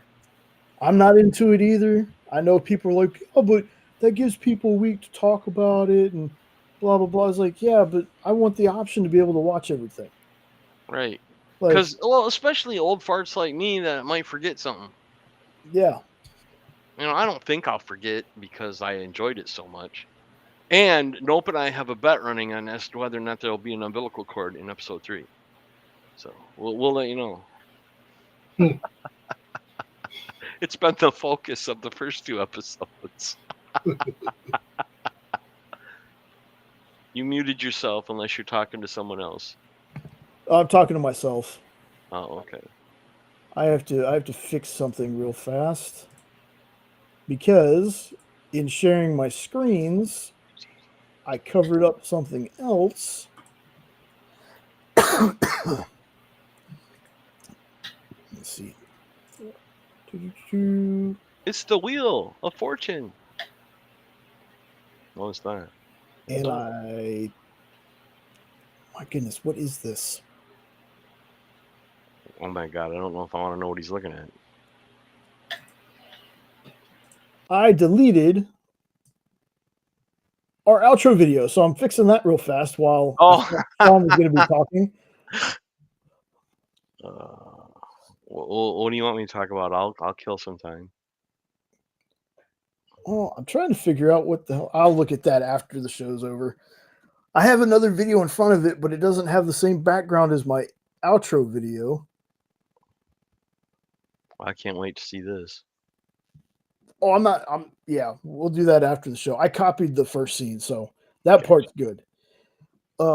So we got anything planned for? Here's what I need to fix too. So much stuff to fix. Got anything planned for Weird Opes in the? Well, we're hoping to do your unboxing pretty soon. And then we're gonna start a regular Friday happy hour with the Weird Dopes. That we want to start it around 5 p.m., but the time might fluctuate depending on how his job goes and how my appointments and stuff line up and all that stuff. But I've already got a lot of shorts made for like Thanksgiving that are going to be coming out and released. And I hope y'all like them. I try to make them funny. I try to make them original. They crack me up. And what's funny is the videos that just crack me up the most are usually the ones that perform the worst. And the ones that I just throw out there because, oh God, I got to throw something out there, they get 30,000. And it's like, I give up. I don't understand how this works. So that's why we just going to, if we like it, we're putting it out there. Gotcha. But okay. Well, now that Sean's back, since he wasn't here for the opening, I'm going to have him do the closing. So I will see you guys backstage. Ed, as always, brother, love having you on. Thanks for being here. Hail Hydra. Love you guys. All right. And now, Ed and I are going to go away. Maybe. If the button will click. Let's see. It will not click. It's not clicking. I'm just joking. I haven't clicked the button. Yeah. All right, here we go. All right, folks. Thank you for being here. Thank you for everybody who was in the chat talking to us, suggesting some of your favorite movies. Stay tuned for next week. Like I said, it's going to be kind of an in-stores this week vibe where we're just going to do some comic reviews, keep it old school. Also, keep an eye out. I think we've got a few things coming on the channel. I know I've got some stuff I'm waiting on to come in for Kickstarter, which I will actually have an unboxing. I don't do those much anymore, but this, with as much stuff as I got with this book, it is something that I feel like I really want to show off.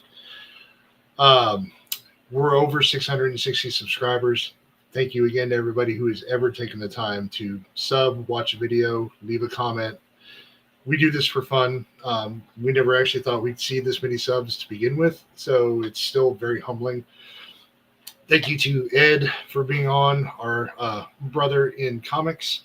Same with Nope. Hopefully we'll be here. He'll be on next week with us. And I'm going to stop rambling. We'll get out of your hair. Everybody enjoy the rest of your weekend. Peace out.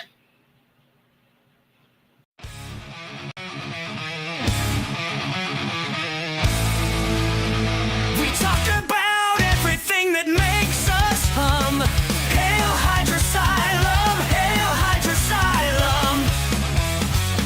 From trailers, comics, news, and more, we'll give you what you're looking